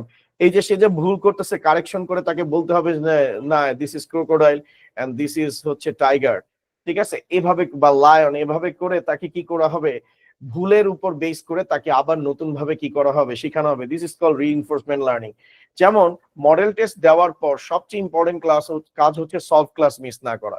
কারণ সলভ ক্লাসটাতে আপনি যখন সলভ ক্লাসটা অবজার্ভ করবেন তখন আপনি বুঝতে পারবেন যে আসলে আমি আরো অ্যাকুরেটলি কিভাবে করতে পারি, এটার অ্যান্সারটা আসলে কিভাবে দেওয়া উচিত। তো কেউ যদি মডেল টেস্ট নাও দিয়ে থাকেন তার হচ্ছে সলভ ক্লাসটা করা উচিত, ঠিক আছে। তো এই যে সলভ ক্লাসটা, এটা হচ্ছে রিইনফোর্সমেন্ট লার্নিং, যেখানে আপনি শিখতে পারবেন যে আপনার কোথায় কোথায় ভুল হইতেছে সেটা কিভাবে অ্যান্সার দিতে হবে। স্যার আপনারা কি মেশিন লার্নিং এর 3টা গুরুত্বপূর্ণ পয়েন্ট শিখতে পারছেন? মেশিন লার্নিং কে 3 ভাগে ভাগ করা হয়, সুপারভাইজ লার্নিং, আনসুপারভাইজ লার্নিং, আর একটা হচ্ছে রিইনফোর্সমেন্ট লার্নিং। স্যার সবাইকে ক্লিয়ার কিনা স্যার এটা? Yes, sir. Clear. ওকে, ফাইন। তারপরে sir deep learning. Sir deep learning হচ্ছে নিউরাল নেটওয়ার্কের মাধ্যমে জটিল প্যাটার্ন শেখা, যেমন ইমেজ রেকগনিশন, যেমন বায়োমেট্রিক্সে আপনারা যেটা দেখেন ফেস রিকগনিশনে, যে আমরা সেকেন্ড টাইম যখন ফেস কি করি, প্রথমে তো ফেস কে রেজিস্টার করতে হয়, সেকেন্ড যখন আমরা মেশিনের সামনে দাঁড়াই ফেস কে অটোমেটিক্যালি সে প্যাটার্ন গুলোকে কি করে চেক করে, এবং চেক করে সে অ্যান্সার প্রোভাইড করে যে হ্যাঁ উমুক ভেরিফাই হয়েছে। ডিপ লার্নিংটা হচ্ছে মেশিন লার্নিং এর পরবর্তী অ্যাডভান্স আর্টিফিশিয়াল ইন্টেলিজেন্সের ব্রেক থ্রু। তো ডিপ লার্নিং হচ্ছে নিউরাল নেটওয়ার্ক, আমাদের নিউরন যেভাবে কাজ করে। যেমন আপনি দেখবেন যে রাস্তা দিয়ে যাচ্ছেন, আপনার 10 বছর পুরানো কোনো ফ্রেন্ডকে আপনার দেখা হয়েছে, আপনার ব্রেন কিন্তু ক্যালকুলেট করা শুরু করে দেয় ওর নাম কি, ও কই থাকে। এই যে আপনার নিউরন গুলো কি করতেছে, ইনফরমেশন ক্যারি করতেছে, এবং নিউরন ছোট্ট ছোট্ট ইনফরমেশন গুলোকে গ্যাদার করে বের করে বলতেছে আরে মামা এ তো অনন্ত জলিল। তো আপনি তখন বলেন আরে এ তো অনন্ত জলিল লাগে, এটা তো আমি চিনি। তো এইভাবে করে আপনার ব্রেন কি করে, যে নিউরন গুলো ক্ষুদ্র ক্ষুদ্র ইনফরমেশন গুলোকে ভিজুয়ালাইজ করে আপনার ব্রেনের মধ্যে, তখন আপনি ওই জিনিসটাকে ডেলিভার করেন, হ্যাঁ আমি এটাকে চিনি। এখন ধরেন আমি এভাবে করে আপনাকে 9 লিখছি, এভাবে করে 9 লিখছি, ধরেন আমি এখানে 9 লিখতেছি, ধরেন কেউ এভাবে করে 9 লেখে, কেউ এভাবে করে 9 লেখে, কেউ হচ্ছে এভাবে করে 9 লেখে, কেউ এভাবে 9 লেখে। একজন মানুষের পক্ষে এই প্যাটার্নটা আইডেন্টিফাই করা খুবই ইজি একটা ব্যাপার, কিন্তু যখন মেশিনের ক্ষেত্রে যায়, মেশিন হচ্ছে নিউরাল নেটওয়ার্ক ইউজ করে, এবং নিউরাল নেটওয়ার্ক বা ডিপ লার্নিং এর মাধ্যমে সে প্যাটার্ন আইডেন্টিফাই করে, এটা 9, এটা 9, এটা 9, এটা 9। এটা এখনো স্যার হচ্ছে অনেক রিসার্চ এন্ড ডেভেলপমেন্টের প্রয়োজন আছে। যেমন ডিপ লার্নিং এটা সাকসেসফুলি চ্যাট জিপিটিতে ইউজ করা হয়েছে, এবং চ্যাট জিপিটিতে আমি হচ্ছে আমার বাবার ছবি চ্যাট জিপিটিতে দিয়েছি, তো চ্যাট জিপিটি ওই আমার বাবার ছবিকে এক্সপ্লেইন করে বলছে যে ছবিতে সে কি কি বুঝতে পারতেছে। যেমন আমরা একটা ছবি দেখলে বুঝতে পারি যে হ্যাঁ ওই ভদ্রলোক হাসতেছে, তার হাতের উপর হাত আছে, সে বসে আছে, সে হচ্ছে ব্লু কালারের একটা ডেনিমের জ্যাকেট পরে আছে। এই বিষয়গুলোকে সে প্যাটার্ন ওয়াইজ ম্যাচ করে, কালার ম্যাচ করে এক্সপ্লেইন করতেছে। This is call neural network বা ডিপ লার্নিং। আর এইখানে আপনি যে ডিপ লার্নিং এর কথা বলতেছেন, এগুলো সব কিছুই কিন্তু স্যার এই যে সুপারভাইজ লার্নিং, আনসুপারভাইজ লার্নিং এবং রিইনফোর্সমেন্ট লার্নিং, এগুলো সবগুলোর মধ্য দিয়ে যায়। ওকে স্যার, ক্লিয়ার কিনা স্যার? ক্লিয়ার? Yes, sir. জি স্যার। এখন দেখেন লাস্ট এর পরেরটা এনএলপি, ন্যাচারাল ল্যাঙ্গুয়েজ প্রসেসিং। এটা হচ্ছে আরেকটা ব্রেক থ্রু। আপনি দেখবেন গুগলে ভয়েস অ্যাসিস্ট্যান্ট নামক একটা সফটওয়্যার আছে, টেক্সট টু স্পিচ। আপনি এখানে বললেন আমার সোনার বাংলা আমি তোমায় ভালোবাসি, এখন এক একজনের বাংলা উচ্চারণ এক এক রকম। যেমন আমি যেমনে বলতেছি বাংলা ভাষায়, আরো কেউ আরো সুন্দরভাবে স্পষ্টভাবে বলে। বাট এই সফটওয়্যারটা, এই এআই টুলটা এই জিনিসটাকে কি করতে পারে স্যার, কি গ্র্যাব করতে পারে, এবং গ্র্যাব করে সে হচ্ছে এক্সাক্ট ওই অনুযায়ী টেক্সট জেনারেট করে। যেমন আপনাদের মধ্যে কেউ ক্যাপকাট ইউজ করেন? CapCut video editing? No sir. জি স্যার। আচ্ছা, ক্যাপকাটে যদি করেন ওইখানে একটা আছে না অটো ক্যাপশন, দেখছেন কিনা? জি স্যার। এই যে অটো ক্যাপশনটা হচ্ছে টেক্সট টু মানে স্পিচ টু টেক্সট, আপনি যা যা বলতেছেন সেটা নিচে টেক্সট আকারে দেখাইতে থাকে না, এই যে টেক্সট আকারে দেখাইতে থাকে এই জায়গায় হচ্ছে এনএলপি ইউজ করে, natural language processing AI use করা হয়। আর গুগল এই জিনিসটাকে খুব ভালোভাবে অ্যাডপ্ট করছে। ইনফ্যাক্ট শুধু গুগল না, চ্যাট জিপিটিও ইউজ করছে। ইনফ্যাক্ট আপনারা এখন হোয়াটসঅ্যাপে মেসেজ পাঠান না, এখন টেক্সট করতে কেউ কিন্তু পছন্দ করে না, সবাই কি করে ট্যাপ টু স্পিচে যায়, মামা এখন বিজি আছি পরে ফোন কর, তারপরে বলতেছে ওকে নিচে নাও। তো টেক্সট করার থেকে কি করতেছে ট্যাপ টু স্পিচ, এই যে ট্যাপ টু স্পিচ আপনি যে পাঠাইতেছেন ওই জায়গাটাতেও এই এআই টুলটা ইউজ করা হয়। ইনফ্যাক্ট আপনি দেখা গেছে চ্যাট জিপিটিতে, আমি আসলে চ্যাট জিপিটি কথাটা অনেক বেশি বলতেছি আপনাদেরকে, কারণ হচ্ছে স্যার এটাই ফিউচার, এটাই ফিউচার। এআই এর ব্যাপারে যদি খুব ভালো মতো বুঝাইতে চাই, আমাদের সময় তো এরকম আসলে টেকনোলজি ছিল না। আমাদের সময় এআই এর আমরা বেস্ট যে ইউজ কেস অ্যাপ্লিকেশন পাইছি সেটা ছিল হলো গিয়ে সিরি। সিরি শুনছেন না এআই তে, মানে আইফোনে ভয়েস ভয়েস মেসেজটা ইউজ করা হয়। তো আমি মনে করেন যে অনেক টাকা জমা, যখন আমি একটা সফটওয়্যার ফার্মে জব করি, তো আমি আমার 4 মাসের বেতন জমায় আমি একটা আইফোন কিনছিলাম, আইফোন 4S। তখনকার দিনে খুবই এক্সপেন্সিভ ছিল, এখনো এক্সপেন্সিভ আইফোন। তো কিনছি, তো আমার ফ্রেন্ড হচ্ছে একজন আছে, নাম হচ্ছে কিরণ। তো ও হচ্ছে ফেয়ার এন্ড লাভলি, দিনের আলোতে তার চোখ আর দাঁত ছাড়া কিছু দেখা যায় না। তো সেই ভদ্রলোক আমাকে বলতেছে যে মামা তুই আইফোন কিনছো স্কুল, এটার মধ্যে তো আসলে এআই ফিচার ইউজ করা হয়েছে। তাহলে এআই ফিচার মানে কি? বলে কি দোস্ত, তুই যদি এটাতে সিরি নামক একটা ভয়েস কমান্ড ইউজ করা হয়েছে, তুই যদি কাউকে ওই সিরিকে ওপেন করে বলস যে অমুককে কল করতে, সে তোর জন্য কল করে দিবে। তাই আমি বলছি ওয়াও। তো ওই টেবিলে আমরা যখন কনভারসেশন করতেছি, আমার ফ্রেন্ড ওই অফিসে একটা মেয়েকে খুব পছন্দ করতো। তো আমার মাথায়, তোকে আমি সবসময় হচ্ছে হলো গিয়ে কাল্লু বলেই ডাকতাম। তো আমি জানি আমি আসলে রেসিজম করছি, বাট ওকে আমি বলতাম, ও এটাতে মাইন্ড করতো, কিন্তু একটা সময় যায় ও গা সওয়া হয়ে গেছে। তা আমি বলতেছি মামা আমি আসলে একটু ট্রাই করে দেখতে চাই। তো ও আমার ক্লোজ ফ্রেন্ড, স্কুল লেভেল থেকে আমার সাথে ফ্রেন্ডশিপ। ও বলতেছে মামা প্লিজ এখানে তুই এই কাজটা করিস না। ও বুঝে গেছে আমি কি করবো। তো আমি সিরি অন করে বলতেছি কল কাল্লু। তো সিরি মনে করেন অটোমেটিক্যালি কন্টাক্ট লিস্ট বাইর করছে। কন্টাক্ট লিস্ট বাইর করে সে যে অ্যান্সারটা দিছে সেটা রেভুলেশনারি ছিল। তো অ্যান্সারটা ঠিক এরকম ছিল, I find two callers which one you want to call. তো ওর 2টা নাম্বার ছিল, একটা হচ্ছে হলো গিয়ে গ্রামীণ আর একটা হচ্ছে বাংলা লিঙ্ক। তো ওইটা আমি সেভ করছিলাম কাল্লু 1 আর কাল্লু 2 দিয়ে। তো আমি বলছি কাল্লু 1, অটোমেটিক্যালি ওর কাছে ফোন চলে গেছে। আর আশেপাশে সবাই হাসাহাসি করা, অস্থির ভাবে হাসাহাসি করছে। এখন দেখেন এখানে আর্টিফিশিয়াল ইন্টেলিজেন্সটা কোন জায়গায়। আমি সিরি ওপেন করছি, করে বলছি কল কাল্লু। এখন কল জিনিসটা কি, কাল্লু জিনিসটা কি, এটা কিন্তু সিরি নিজের থেকে ফাইন্ড আউট করছে। কল বলার সাথে সাথে সে বুঝছে যে কন্টাক্ট লিস্টে যাইতে হবে, এবং সেই কন্টাক্ট লিস্ট থেকে সে নিজের মতো করে সার্চ করে কাল্লু বের করছে, এবং কাল্লুকে সে ডিফারেন্সিয়েট করছে কাল্লু 1 কাল্লু 2। এই কাল্লু 1 কাল্লু 2 বের করার পর সেখানে কোন কাল্লুকে আমি কল করতে চাইতেছি সেটা কনফার্মেশন করছে, এবং কনফার্মেশন করার পর সে অটোমেটিক্যালি কলটাকে ডেলিভার করছে। তো সেই সময় এই লেভেলের মনে করেন সিরি ছিল।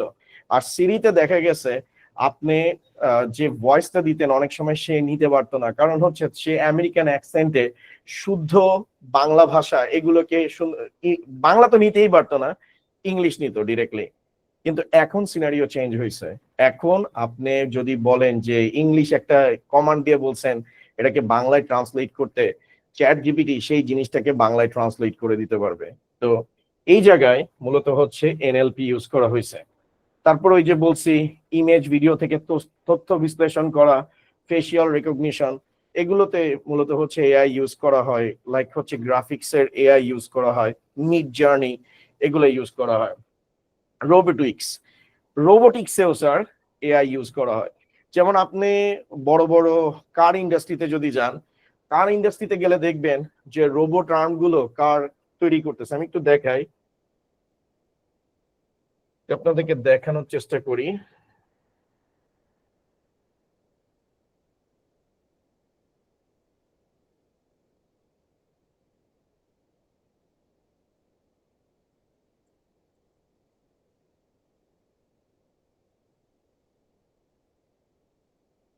এই যে দেখেন স্যার,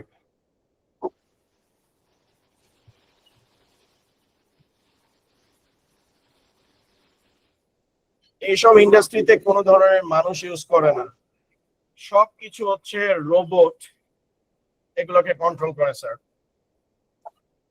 এগুলোকে সবগুলোকে হচ্ছে রোবট কন্ট্রোল করে। স্যার ক্লিয়ার কিনা সবাই? এআই এর মূল প্রযুক্তি আসলে কোন কোন জায়গায় কি কি টাইপের এআই টেকনোলজি ইউজ করা হয়? তো এআই এর জন্য আমরা মেশিন লার্নিং ইউজ করি, ডিপ লার্নিং ইউজ করি, এনএলপি ইউজ করি, ঠিক আছে? তারপরে হচ্ছে কম্পিউটার ভিশন ইউজ করি, ওকে? তারপরে হচ্ছে রোবোটিক্স ইউজ করি। এই টেকনোলজি গুলো আমরা হচ্ছে এআই এর জন্য ব্যবহার করি। তো এআই এর টেকনোলজি গুলো কি কি?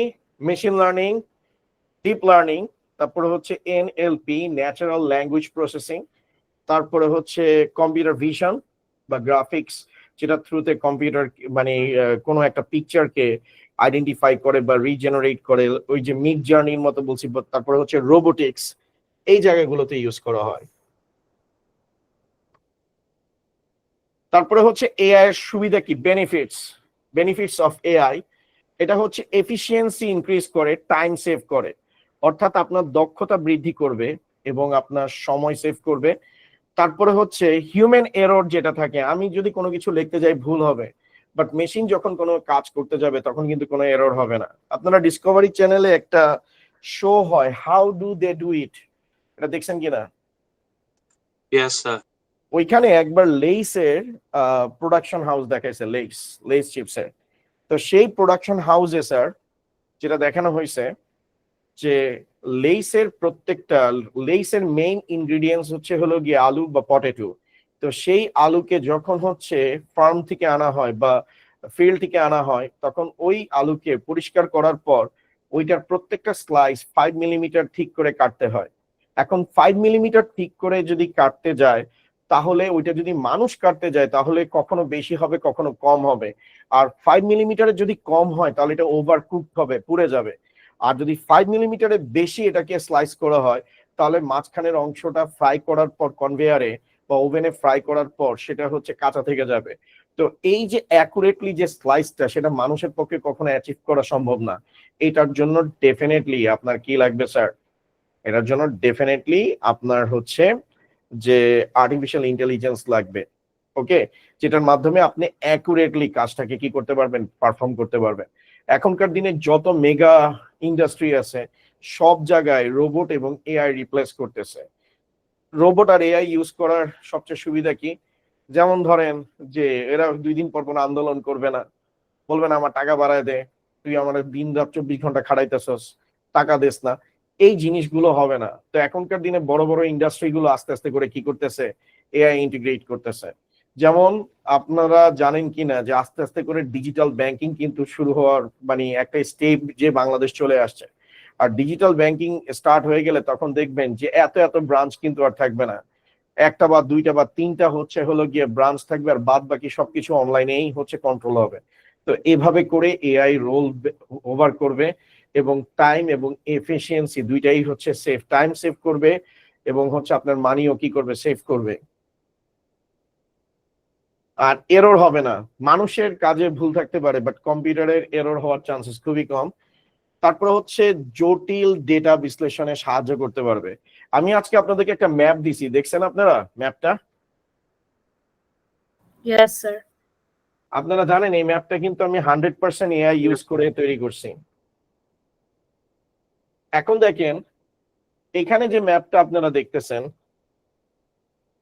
এই যে এটাকে বলা হয় মাইন্ড ম্যাপ, যে আপনি পরীক্ষার হলে যাওয়ার আগে এক নজরে সবকিছু কিন্তু পেয়ে যাবেন, যে এআই এর ব্যবহার, এআই এর মূল প্রযুক্তি, এআই এর সুবিধা, এআই এর চ্যালেঞ্জ এবং নৈতিক প্রশ্ন, বর্তমান প্রবণতা, তারপর ভবিষ্যৎ সম্ভাবনা, উপসংহার, এগুলো সবকিছু কিন্তু আপনি অ্যাট এ গ্যালেন্সে পাবেন। এই যে জটিল কমপ্লেক্স বিষয়টা, এটা আমি একটা প্রম্পট জেনারেট করছি। এটা যদি আমি হাতে কলমে করতে যাইতাম, আজকে আপনাদের আমার আর ক্লাস নেওয়া লাগতো না। আমি জাস্ট এই ডাটাগুলো, প্রম্পট গুলো এআই কে দিয়ে দিছি, সে সুন্দরভাবে এই ম্যাপটা তৈরি করে দিয়ে দিছে। তার মানে সে কি করতেছে? কমপ্লেক্স ডাটা সেট নিয়ে কি করতেছে? অ্যানালাইসিস করতেছে। ওকে স্যার, বুঝতে পারছেন? স্যার, হ্যাঁ স্যার ওই যে কিছুদিন আগে যে আমেরিকায় ক্যালিফোর্নিয়াতে যে ফায়ার লাগলো, ঠিক আছে? হুম, তখন অনেক বড় একটা ওপিনিয়ন এটা ছিল যে যেহেতু ওখানে চ্যাট জিপিটি অরিজিন, তাই না, যে এআই এত বেশি পানি ইউজ করতেছে যেখানে ওখানে পানি নেই, ইট ওয়াজ আ মিম। এটা কি আসলেও like is it really like ক্লাইমেটের জন্য খারাপ? সর্ট অফ সেন্সে কিন্তু এটা ঠিক কথাই বলছে, খারাপ কথা বলে নাই। বলেন তো কেন? স্যার ওই যে ডাটা সেন্টারে অনেক হিট প্রডিউস হয়, এক্স্যাক্টলি, যাক আপনি খবর টবর রাখেন, থ্যাংক ইউ। চ্যাট জিপিটি এটা কি একটা ক্লাউড বেজ অ্যাপ্লিকেশন। এটা চ্যাপ্টার 2 তে আমি আপনাদেরকে পড়াবো। Cloud application, cloud computing, cloud base application. এই ক্লাউড বেস অ্যাপ্লিকেশন গুলো ডাটা সেন্টার ইউজ করে। এখন ডাটা সেন্টারে আপনার কি কারো আইডিয়া আছে কি পরিমাণ কম্পিউটার থাকে? কারো আইডিয়া আছে? স্যার অনেক, একটু জানি। আমি একটা ছোট্ট এক্সাম্পল দেখে আপনাদেরকে।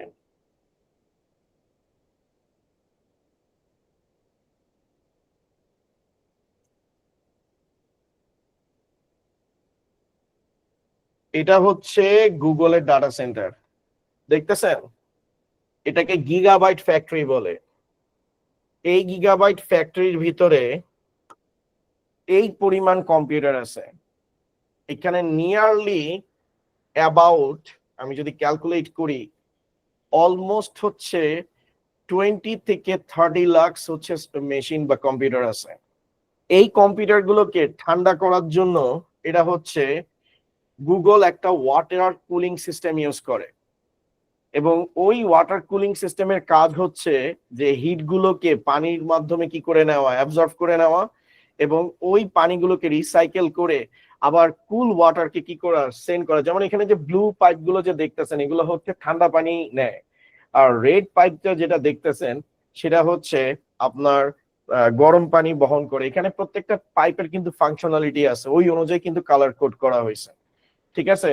তো ডাটা সেন্টার গুলো আসলে হিউজ পরিমাণে স্যার হিট মানে প্রডিউস করে। তখন ওই হিটকে ঠিক করার জন্য, মানে কি বলে, যে হিটকে অ্যাবজর্ব করার জন্য আপনার প্রচুর পরিমাণে ওয়াটার লাগবে। এখন বাই দ্য ওয়ে, এখানে একটা কথাতে আপনার একটা ছোট্ট একটা কথাতে একটু কারেকশন করি। ওরা ডাটা সেন্টার ইমপ্লিমেন্ট করার আগে ওরা কিন্তু নিজেদের ওয়াটার রিসোর্স নিজেরা তৈরি করে নেয়, ঠিক আছে? এবং ওই ওয়াটার রিসোর্সটা ডেডিকেটেডলি হচ্ছে তারা হচ্ছে ডাটা সেন্টারে সাপ্লাই করে। এটা কিন্তু বাংলাদেশের মতো না যে একই ওয়াসার সিস্টেম থেকে সব জায়গায় পানি সাপ্লাই করে। ওরা আলাদাভাবে হচ্ছে যে এমন জায়গায় ডাটা সেন্টারটা ক্রিয়েট করে যেটা চারপাশে হয়তো পানি কি করা যেতে পারে, পাম্প করা যেতে পারে, এরকম ভাবে ওরা প্ল্যান করে। ওরা কিন্তু আসলে এনভায়রনমেন্ট নিয়ে অনেক বেশি হলো গিয়ে চিন্তা করে। এন্ড ক্যালিফোর্নিয়াতে যেটা হয়েছে সেটা হচ্ছে যে যখন মনে করেন ওদের দেশে কি বলে সামার আসে, তখন ওই যে বার্ন গুলো থাকে, লাইক হচ্ছে ফিল্ড গুলো থাকে, শুকায় যায়, তখন ওই জায়গা থেকেই মূলত হচ্ছে স্পার্ক বা দাবানল তৈরি হয়। বা কেউ দুষ্টমি করে, এটা অস্ট্রেলিয়াতেও দেখা যায়, আপনারা দেখছেন অস্ট্রেলিয়াতেও কিন্তু এরকম হয়েছে। তো এটা সর্ট অফ কিছুটা রাইট, যে যদি ওই শহর এলাকাতে যদি ওইখানে আশেপাশে ডাটা সেন্টার থাকে এবং তারা যদি কোনো একটা ন্যাচারাল যে পানির যে রিসোর্স আছে, ওয়াটার রিসোর্স আছে, সেটাকে যদি অকুপাই করে রাখে, তাহলে ডেফিনেটলি ওইখানে পানির ক্রাইসিস হইতেই পারে। বাট আমি যতটুকু জানি মাইক্রোসফট, গুগল, এদের সার্ভার গুলো এরা হচ্ছে সাবমেরিনে করে সমুদ্রের নিচে রাখছে যাতে ঠান্ডা রাখা যায়। তো এরকমও কিন্তু কথাবার্তা শোনা যায়, মাইক্রোসফটের কিন্তু সার্ভার মনে করেন যে পানির নিচে রাখা হয়েছে যাতে এটাকে ঠান্ডা রাখা যায়। Sir clear sir? স্যার বাংলাদেশের ডাটা সেন্টার নাই স্যার? বাংলাদেশের ডাটা সেন্টারে এই যে 36শে জুলাইয়ের পর আগুন লাগছিল, ভুলে গেছেন আপনি? 36শে জুলাইয়ের সময় মহাখালীতে ছাদের উপরে আছে data centre. Air cooling sir? হ্যাঁ, এয়ার কুলিং। বাংলাদেশের ডাটা সেন্টার এগুলা নিয়ে কিছু বলে না, কারণ আসলে ফেসবুকে রেকর্ড হইতেছে, তো ক্লাস মানে কি বলে রেকর্ড হইতেছে। তো বাংলাদেশের ডাটা সেন্টার খুবই ভালো, ওয়ার্ল্ড ক্লাস ডাটা সেন্টার, খালি ছাদের উপরে আছে, এই আর কি, আর কিছু না। ওকে, কোনো কিছু স্যার চিন্তা আমরা তো ওরকম কোনো সফটওয়্যার বিল্ডই করতে পারি না, ডাটা সেন্টার লাগবে কিসে? না, ডাটা সেন্টার আসলে ডাটা রাখে। লাইক আমাদের ডাটা সেন্টার গুলো, এই যে আপনি ফেসবুক যে ব্রাউজ করতেছেন, ফেসবুকের ডাটাগুলো বাংলাদেশ থেকে, মানে ধরেন যে নিয়ারেস্ট যে ডাটা সেন্টারটা আছে ফেসবুকের, সেটা ইন্ডিয়াতে আছে। এখন আপনি ফেসবুকে একটা ছবি লোড দিছেন, সেই ছবিটা যদি ইন্ডিয়ার সার্ভার থেকে নিয়ে আপনার ডাটা সেন্টার থেকে নিয়ে আপনার কম্পিউটার পর্যন্ত আসে, সময় বেশি লাগবে না কম লাগবে? বেশি লাগবে। বেশি লাগবে। ওই ডাটা সেন্টারটা যেটা মহাখালীতে আছে, তারা হচ্ছে প্রাইমারি হাব হিসাবে আপনার ডাটাগুলো সেই জায়গায় রাখতেছে। ও আচ্ছা স্যার, বুঝছি বুঝছি। যে আপনাদের যখন স্যার আগুন লাগলো, আমরা ফেসবুক এগুলো যখন চালাইতে গেছি, সময় কি লাগছে? বেশি লাগছে না? কারণ Yes, হচ্ছে নিয়ারেস্ট যে ডাটা সেন্টারটার ডাটা আছে সেটাকে অ্যাক্সেস করতে পারতেছে না, এরপরে যেটা সর্বোচ্চ কাছে আছে সেটাকে অ্যাক্সেস করতে গেছে, কারণ ডিসটেন্স বেশি হয়ে গেছে, সেজন্য টাইম বেশি লাগছে। ওকে, এআই এর চ্যালেঞ্জ বা অবস্ট্যাকলস অফ এআই, চাকরি হ্রাস, এটা এক নাম্বার কথা। এটা এক নাম্বার কথা। মানুষ অনেক কথাবার্তা বলে, ঠিক আছে, মানুষের চাকরি ডেফিনেটলি চলে যাবে। ওকে, ডেফিনেটলি চলে যাবে যদি আপনি স্কিল বেস এডুকেশনের দিকে না যান, আপনি যদি টেকনোলজি না জানেন। ঠিক আছে, এখনকার দিনে যে আপনাদের এই যে পোলাবাইন্ডরা আছে, তারা এই টেকনোলজির স্কিল ডেভেলপ করতেছে। যারা আমাদের মতো আছে, তারা যদি কোনো স্কিল ডেভেলপ না করে, স্টিল আমি যদি এআই কে ভালো মতো না শিখি, তাহলে একটা সময় দেখবেন যে আমার রিপ্লেসমেন্টে কেউ না কেউ চলে আসছে জব সেক্টরে। যদিও টিচিং প্রফেশনটা এআই যে টেকনোলজি আছে সেটাতে অনেকটা সেফ, তারপর মেডিকেলের ক্ষেত্রে ডক্টরদের প্রফেশনটা অনেক সেফ। তারপর হচ্ছে প্রাইভেসি ঝুঁকি। এখন চ্যাট জিপিটিতে আপনি লগ ইন করছেন, লগ ইন করার সময় আপনি গুগল অ্যাকাউন্টের থ্রুতে লগ ইন করছেন। যদি what if ChatGPT malfunctioning করে, তাহলে আপনি হচ্ছেন যে ডিজাস্টারের মধ্যে পড়বেন। আপনার প্রোফাইল পিকচার, আপনার যত ধরনের ডকুমেন্ট আছে, আপনার ক্রেডিট কার্ডের যত ক্রেডেনশিয়ালস আছে, আপনার অ্যাকাউন্ট আছে, দেখবেন সব নাই হয়ে গেছে। তো এটাতে একটা মূলত হচ্ছে ইস্যু হইতে পারে। আর বাই দ্য ওয়ে, এই যে সফটওয়্যার গুলো ডেভেলপ করা হইতেছে, এটা কেউ না কেউ তো কন্ট্রোল করতেছে। তারপর বায়াস, ডেটা অ্যালগোরিদমে, ডেটা বা অ্যালগোরিদমে কি থাকতে পারে? পার্সিয়ালিটি থাকতে পারে। ঠিক আছে, নিয়োগ প্রক্রিয়ায়। যেমন আমি একটা নর্মাল কথা বলি, আপনি কি কখনো এটা অবজার্ভ করছেন যে আপনি কোনো একটা বিষয় নিয়ে কথা বলছেন, ফেসবুকে ঢোকার সাথে সাথে ফেসবুক আপনাকে সেই মেসেজগুলো শো করতেছে? Yes Yes, sir, sir. এটা তার মানে কি? প্রতিনিয়ত ঘটে, প্রতিনিয়তই আমি ঘটে। হ্যাঁ, আমি 2-3 দিন আগে, 2-3 দিন না, 2-3 মাস আগে আমার ছেলে লেখালেখি করে, কোনো একটা শব্দ লেখে, তো ওর হাতের লেখা সুন্দর না। তো কিছু বই থাকে না যে বইগুলোতে হাত ঘুরাইলে হাতের লেখা সুন্দরভাবে প্র্যাকটিস করতে পারে। তো এটা নিয়ে আমি আমার ওয়াইফকে কথা বলতেছি। তো কিছুক্ষণ পর, স্টিল এখন পর্যন্ত আমার প্রত্যেক দিন মনে করেন এই হাতের লেখা সুন্দরের জন্য বিভিন্ন অ্যাড ফেসবুক আমার নিউজ ফিডে সেন্ড করে, আমাকে মেসেঞ্জারে সেন্ড করে। দ্যাট মিনস ফেসবুকের যে অ্যালগোরিদমটা আছে সেটা আমার প্রাইভেসিকে কি করতেছে স্যার? হ্যাম্পার করতেছে। সেটা কি বায়াসড? সেটা বায়াসড ওয়েতে আমার ডাটাগুলোকে কি করতেছে? ফেসবুকের পক্ষে ডাটাগুলো ক্যাপচার করতেছে না? আপনি দেখবেন একটা জিনিস, যে জুকারবার্গের যে মোবাইলটা আছে সেটার সামনের ক্যামেরাটার মধ্যে কি একটা কালো স্কচ টেপ দেওয়া থাকে কিন্তু। কারণ মাইক্রোফোন, আপনি দেখবেন যে ফেসবুক যখন আপনি ইনস্টল করবেন, ফেসবুক কিসের আপনার ভিতরে? কাছে, আরেকবার একটু বলবেন। মিস্টার জুকারবার্গ যে ফোন ইউজ করে, ফোনের যে ফ্রন্ট ক্যামেরাটা আছে, দেখবেন ওই ফ্রন্ট ক্যামেরার মধ্যে কালো টেপ মারা থাকে। ওকে, এটার কাহিনী হচ্ছে, আপনি যখন ফেসবুকের অ্যাপ্লিকেশনটা ইনস্টল করেন, ফেসবুক আপনার কাছে কিন্তু কিছু, ফেসবুকের অ্যাপটা আপনার কাছে কিন্তু কিছু কিছু কি চায়, কি বলে, অথরাইজেশন চায়। অথরাইজেশন কি? যে মাইক্রোফোনের অ্যাক্সেস চায়, তারপর আপনার মিডিয়া ফাইলের অ্যাক্সেস চায়, তারপরে হচ্ছে আপনার ক্যামেরার অ্যাক্সেস চায়। ক্যামেরার অ্যাক্সেস দেওয়া মানে কি? আপনি ফ্রন্ট ক্যামেরা ব্যাক ক্যামেরা দুইটাই দিতেছেন। তার মানে ফেসবুক ডিরেক্টলি ইনডিরেক্টলি হচ্ছে আমাদের ডাটাগুলোকে কি করতেছে? মনিটরিং করতেছে। এবং এটা কিন্তু কংগ্রেসে ফেসবুককে যখন ডাক দেওয়া হয়েছিল যে তারা ফেসবুকের বাইরে ডাটা ডিটেক্ট করে কিনা, একটা পর্যায়ে যায় মিস্টার মার্ক জুকারবার্গ হচ্ছে স্বীকার করছে, হ্যাঁ তারা ফেসবুকের বাইরে যায় ডাটা কি করে, সার্চ করে। তো এই জিনিসগুলো ফেসবুক স্টিল এখনো করতেছে। ইনফ্যাক্ট আপনি যে কথাবার্তা বলতেছেন, সেই কথাগুলোকে প্রতিনিয়ত তারা হচ্ছে ক্যাপচার করতেছে। আমরা বলি আমাদেরকে কেউ দেখতেছে না, আসলে জিনিসটা এরকম হয়ে গেছে যে আপনার রুমের মধ্যে অদৃশ্যভাবে কেউ বসে আছে, সেই অদৃশ্যভাবে বসে আছে ফেসবুক। তো এই জন্য আপনাদেরকে সাজেস্ট করবো, ইন্টারনেটে কোনো কিছু পোস্ট করার আগে বুঝে শুনে পোস্ট করবেন, কারণ ইন্টারনেটে কখনো কোনো ডাটা ডিলেট হয় না। আমি কি বুঝাইতে পারছি স্যার আপনাদেরকে? Yes, তো এগুলো হচ্ছে নিরাপত্তার কথা বলছি, সিকিউরিটির ইস্যুর কথা বলছি। সামনের 10 বছরে সাইবার সিকিউরিটি সাবজেক্টটা ট্রেন্ডিং একটা সাবজেক্ট হবে, কারণ অলমোস্ট সব কিন্তু অটোমেশন হয়ে গেছে, অটোমেটেড হয়ে গেছে। তো সাইবার সিকিউরিটি এটা খুবই ইম্পর্টেন্ট কাজ হবে। হ্যাকিং, তারপরে হচ্ছে এই যে কি বলে নিউক্লিয়ার যে পাওয়ার কোড, নিউক্লিয়ার যে কোড গুলো থাকে ওয়েপেনের, এগুলো সবকিছু কিন্তু কম্পিউটারাইজড করা। তো এই জায়গাটাতে মনে করেন যদি আমরা স্ট্রংলি এই সিস্টেমটাকে মনিটরিং না করি, যে কোনো সময় বড় ধরনের দুর্ঘটনা ঘটতে পারে, এটাকে নেগলেক্ট করা যাবে না। তারপর হচ্ছে বর্তমান প্রবণতা, অর্থাৎ today's application about AI. AI এবং আইওটি, স্মার্ট হোম এবং শিল্প উৎপাদন লাইক ইন্ডাস্ট্রিয়াল প্রোডাকশনের ক্ষেত্রে এআই এবং আইওটি ইউজ করা হয়। আইওটি মানে হচ্ছে ইন্টারনেট অফ থিংস।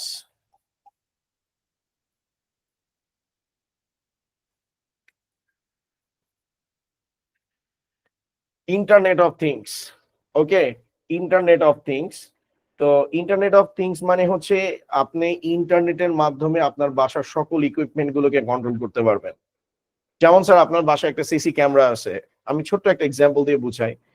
এখনকার দিনে যে সিসি ক্যামেরা গুলো আছে সেগুলো হচ্ছে মোশন ডিটেক্টর। ইনফ্যাক্ট আপনার মোবাইলের সাথে যখন কানেক্টেড থাকে আপনি কিন্তু আপনার সিসি ক্যামেরাটাকে মুভ করতে পারেন, 360 ডিগ্রি অ্যাঙ্গেলে মুভ করতে পারেন। আপনি কিন্তু বাসায় নেই, অনেক দূরে আছেন, সেটাকে কন্ট্রোল করতেছেন কার থ্রুতে? ইন্টারনেটের থ্রুতে। এই ধরনের ডিভাইস গুলোকে মূলত স্যার বলা হয় আইওটি, ইন্টারনেট অফ থিংস। যেমন সামনে রবি হচ্ছে আইওটি প্রোডাক্ট নিয়ে কাজ করতেছে। তো সেখানে একটা জিনিস দেখছি যে রবি হচ্ছে জিপিএস সিস্টেম ক্রিয়েট করছে, যেটা থ্রুতে আপনি আপনার কারকে ট্রেস করতে পারবেন, এবং ওইটাতে হচ্ছে ইঞ্জিন বন্ধ করারও সিস্টেম নিয়ে কাজ করতেছে।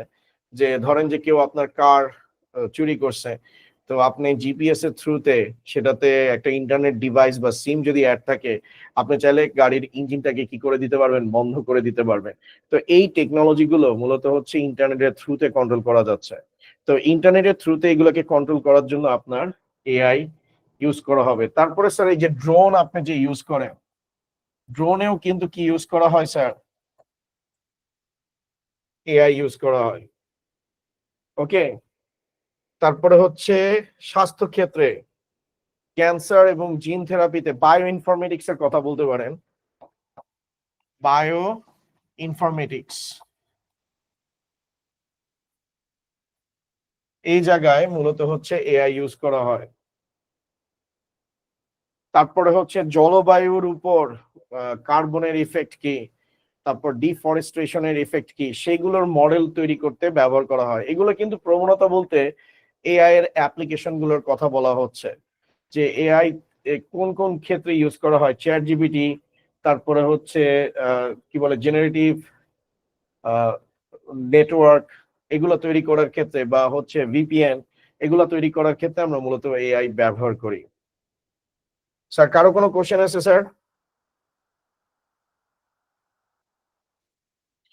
No, আমরা sir. কি কোশ্চেন আছে স্যার? No, sir. আচ্ছা, future expectation. What is the future expectation of AI? Future expectation হচ্ছে একটাই, যে মানুষের সমতুল্য বুদ্ধি অ্যাচিভ করা। এটাই হচ্ছে এআই এর আলটিমেট গোল। যে মানুষের মতো করে যদি ডিসিশন মেকিং করতে পারে, তাহলে হচ্ছে অনেক ক্ষেত্রে দেখা গেছে মানুষের পরিবর্তে আমরা এআই সফটওয়্যার ইন্টিগ্রেট করবো। এটা অলরেডি শুরু হয়ে গেছে, ঠিক আছে। বাট এটা খুবই কমপ্লেক্স একটা বিষয়, কারণ মানুষকে আল্লাহ রাব্বুল আলামিন তৈরি করছে, আর আল্লাহ রাব্বুল আলামিন বলছে মানুষ সৃষ্টির সেরা জীব, আশরাফুল মাখলুকাত। তো মানুষকে রিপ্লেস করা খুবই টাফ, তবে আনস্মার্ট মানুষকে রিপ্লেস করা খুবই টাফ, ঠিক আছে। আনস্মার্ট মানুষকে রিপ্লেস করা খুবই টাফ। যেমন আমার একজন অ্যাসিস্ট্যান্ট আছে, সে কষ্ট করে পাওয়ার পয়েন্ট লেখে। তো আমি বলতেছি ভাই তুমি এগুলোর পরিবর্তে তুমি এআই ইউজ করো, তো সে বলে যে স্যার এআই দিয়ে ভালো কিছু করা যায় না, এআই দিয়ে পারফেকশন নিয়ে কিছু করা যায় না। তো আমার আরেকটা স্টাফ আছে খুবই স্মার্ট, তো সে এআই ইউজ করে খুব তাড়াতাড়ি পাওয়ার পয়েন্ট, তারপরে হচ্ছে স্ক্রিপ্ট, এগুলো তৈরি করে ফেলে। তারপর বিভিন্ন টুল ইউজ করে, তো হচ্ছে সে 10 দিনের কাজ একদিনে করে ফেলে। তো ডেফিনেটলি আমি এটা বোঝানোর চেষ্টা করছি, যদিও আমি তার আপাতত চাকরি খাইতেছি না। তো ইন ফিউচার হু নোস কি হইতেছে, এমন হইতে পারে আমার নিজের চাকরিও চলে যেতে পারে। তো এআই এর কারণে দেখা গেছে কেউ স্মার্টলি কাজ করতেছে, কেউ আনস্মার্টলি কাজ করতেছে। তো যারা আনস্মার্ট, যারা এআই কে ইউজ করতে পারে না, ডেফিনেটলি তারা লং রানে চাকরি হারাবে। ওকে, তারপরে হচ্ছে এগুলো তো আমরা অলরেডি বলছি যে অলরেডি কিন্তু ইউরোপিয়ান ইউনিয়ন এআই এর কিন্তু কিছু এথিক্স বা অ্যাক্ট তারা হচ্ছে কি করতেছে, লিপিবদ্ধ করতেছে যে এআই কোন কোন ক্ষেত্রে ইউজ করতে পারবে, কোন কোন ক্ষেত্রে ইউজ করা যাবে না। প্রতি ক্ষেত্রে যে এআই ইউজ করা যাবে এটাও কিন্তু তারা কি করতেছে, রেস্ট্রিকশনের মধ্যে নিয়ে আসতেছে। তো এই হচ্ছে আজকের ক্লাসের এআই রিগার্ডিং ডিটেলস। আপনাদের এই নিয়ে কোনো কোশ্চেন আছে কিনা? স্যার এআই নিয়ে আর কোনো কোশ্চেন আছে কিনা স্যার কারো?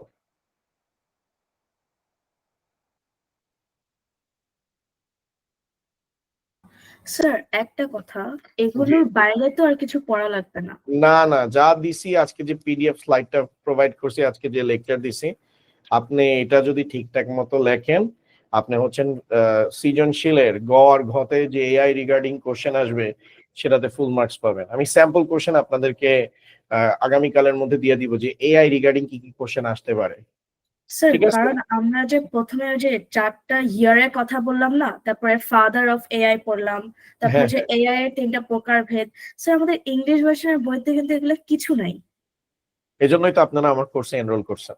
হ্যাঁ, তো মানে এটাই আর কি, কিছু নাই বইতে, এগুলো হ্যাঁ, এতদিন তো কিছুই তো পড়ি নাই। এখন পড়তেছেন তো এখন পড়লেই চলবে। আজকের ক্লাসটা কি ঠিকঠাক ছিল? সবকিছু বুঝে গেছে সবার?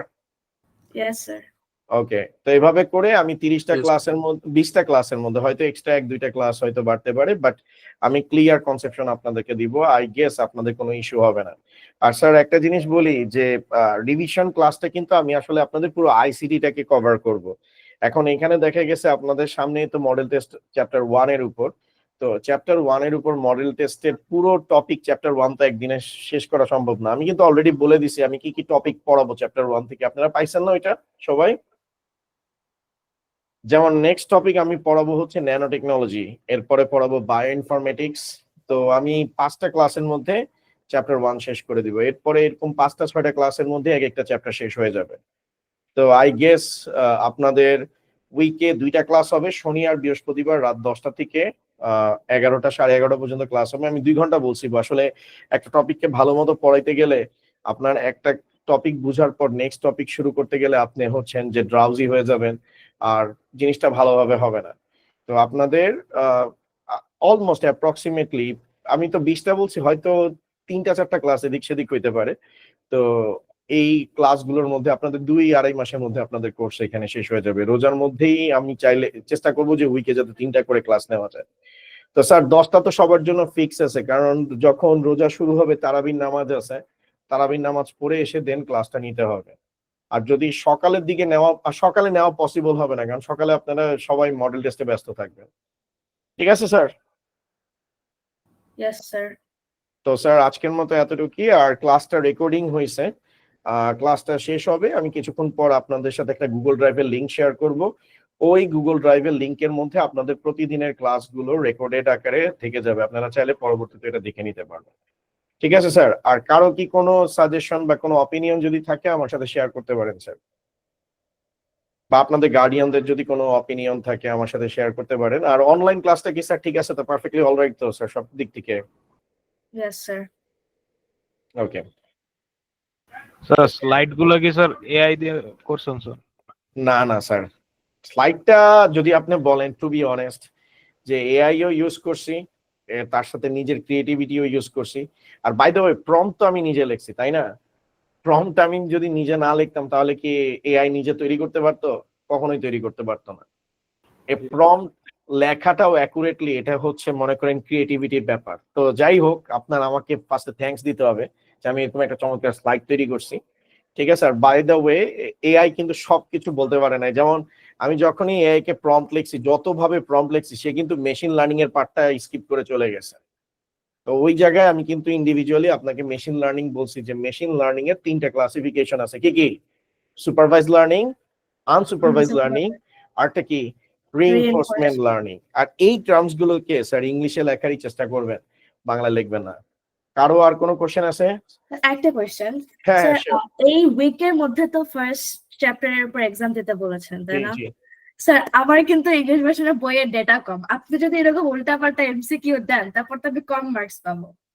কম মার্কস পাবেন, আমি বলি আমি চেষ্টা করব স্যার। আসলে আইসিটি নিয়ে তো এমনি আসলে সবাই চিন্তা করে যে আমি পরে পড়বো বা লাস্টে পড়বো। যেমন এবার উদ্ভাসে অনেকে ভর্তি হয়ে গেছে, ভর্তি হওয়ার পর বলতেছে আইসিটি নিয়ে মাত্র 2টা পরীক্ষা আছে, এই 2টা পরীক্ষা দিয়ে আমার কি হবে। তো এখন কথা হচ্ছে যে ম্যাক্সিমাম ক্ষেত্রে মানুষ হচ্ছে আইসিটিটাকে একদম লাস্ট সাবজেক্ট হিসেবে দেখে যে পরে পড়বো। তো এই বছর সবাই ওয়েট করতেছিল যে আইসিটি হয়তো পরীক্ষা থেকে বাদ চলে যাবে, কিন্তু রুটিন দেখার পর দেখলো যে না, আইসিটি তো পরীক্ষা দিছে এবং তার আগে 4 দিন কিন্তু বন্ধ আছে। তো আমি চেষ্টা করব যে যত তাড়াতাড়ি পারি এই স্লাইড গুলো রেডি করে আপনাদেরকে দিতে, যাতে আপনারা অ্যাটলিস্ট ইনফরমেশন গ্যাদার করে পরীক্ষা দিতে পারেন। আমি কি বুঝাতে পারছি আপনাদেরকে? স্যার আমি আপনার মডেল টেস্টের কথা বলছিলাম, মানে এই উইকের মধ্যে যেটা দিব। হ্যাঁ, এই উইকে তো আপনি এক সপ্তাহের মধ্যে একটা মডেল টেস্ট দিবেন না অধ্যায় জি 1 এর স্যার। উপর। হ্যাঁ এর স্যার। আগেই আমি এই 5টা টপিকের ইনফরমেশন আপনাকে দিয়ে দিব, প্রোভাইড ও করে দিব। আচ্ছা, ওকে স্যার, ওকে স্যার। ঠিক আছে, আমাকে একটু আগামীকাল পর্যন্ত সময় দিতে হবে, কারণ এগুলো আসলে ক্যালকুলেশন করে রেডি করা তো। আমার রেডি করা আছে, জাস্ট আমি একবার ফাইনাল চেক করে এগুলা গ্রুপে আপ করে দিব আপনাদের জন্য। ঠিক আছে sir? Okay sir, yes sir. Okay. তো আসসালামু স্যার আলাইকুম। আজকের মতো থ্যাংক ইউ, আল্লাহ হাফেজ। থ্যাংক ইউ সবার ক্লাস জয়েন করার জন্য। আর ক্লাস কেমন লাগছে একটু আপনাদের ফ্রেন্ডদেরকেও জানান, তাদেরকেও রিকমেন্ড করেন যে ক্লাস করো, ভালো ক্লাস, খুব সুন্দর ক্লাস, এই সেই মডেল টেস্ট দাও। ওকে, আপনারা প্রমোট না করলে কে করবে স্যার? থ্যাংক ইউ আজকের মতো স্যার। আসসালামু আলাইকুম স্যার। আসসালাম।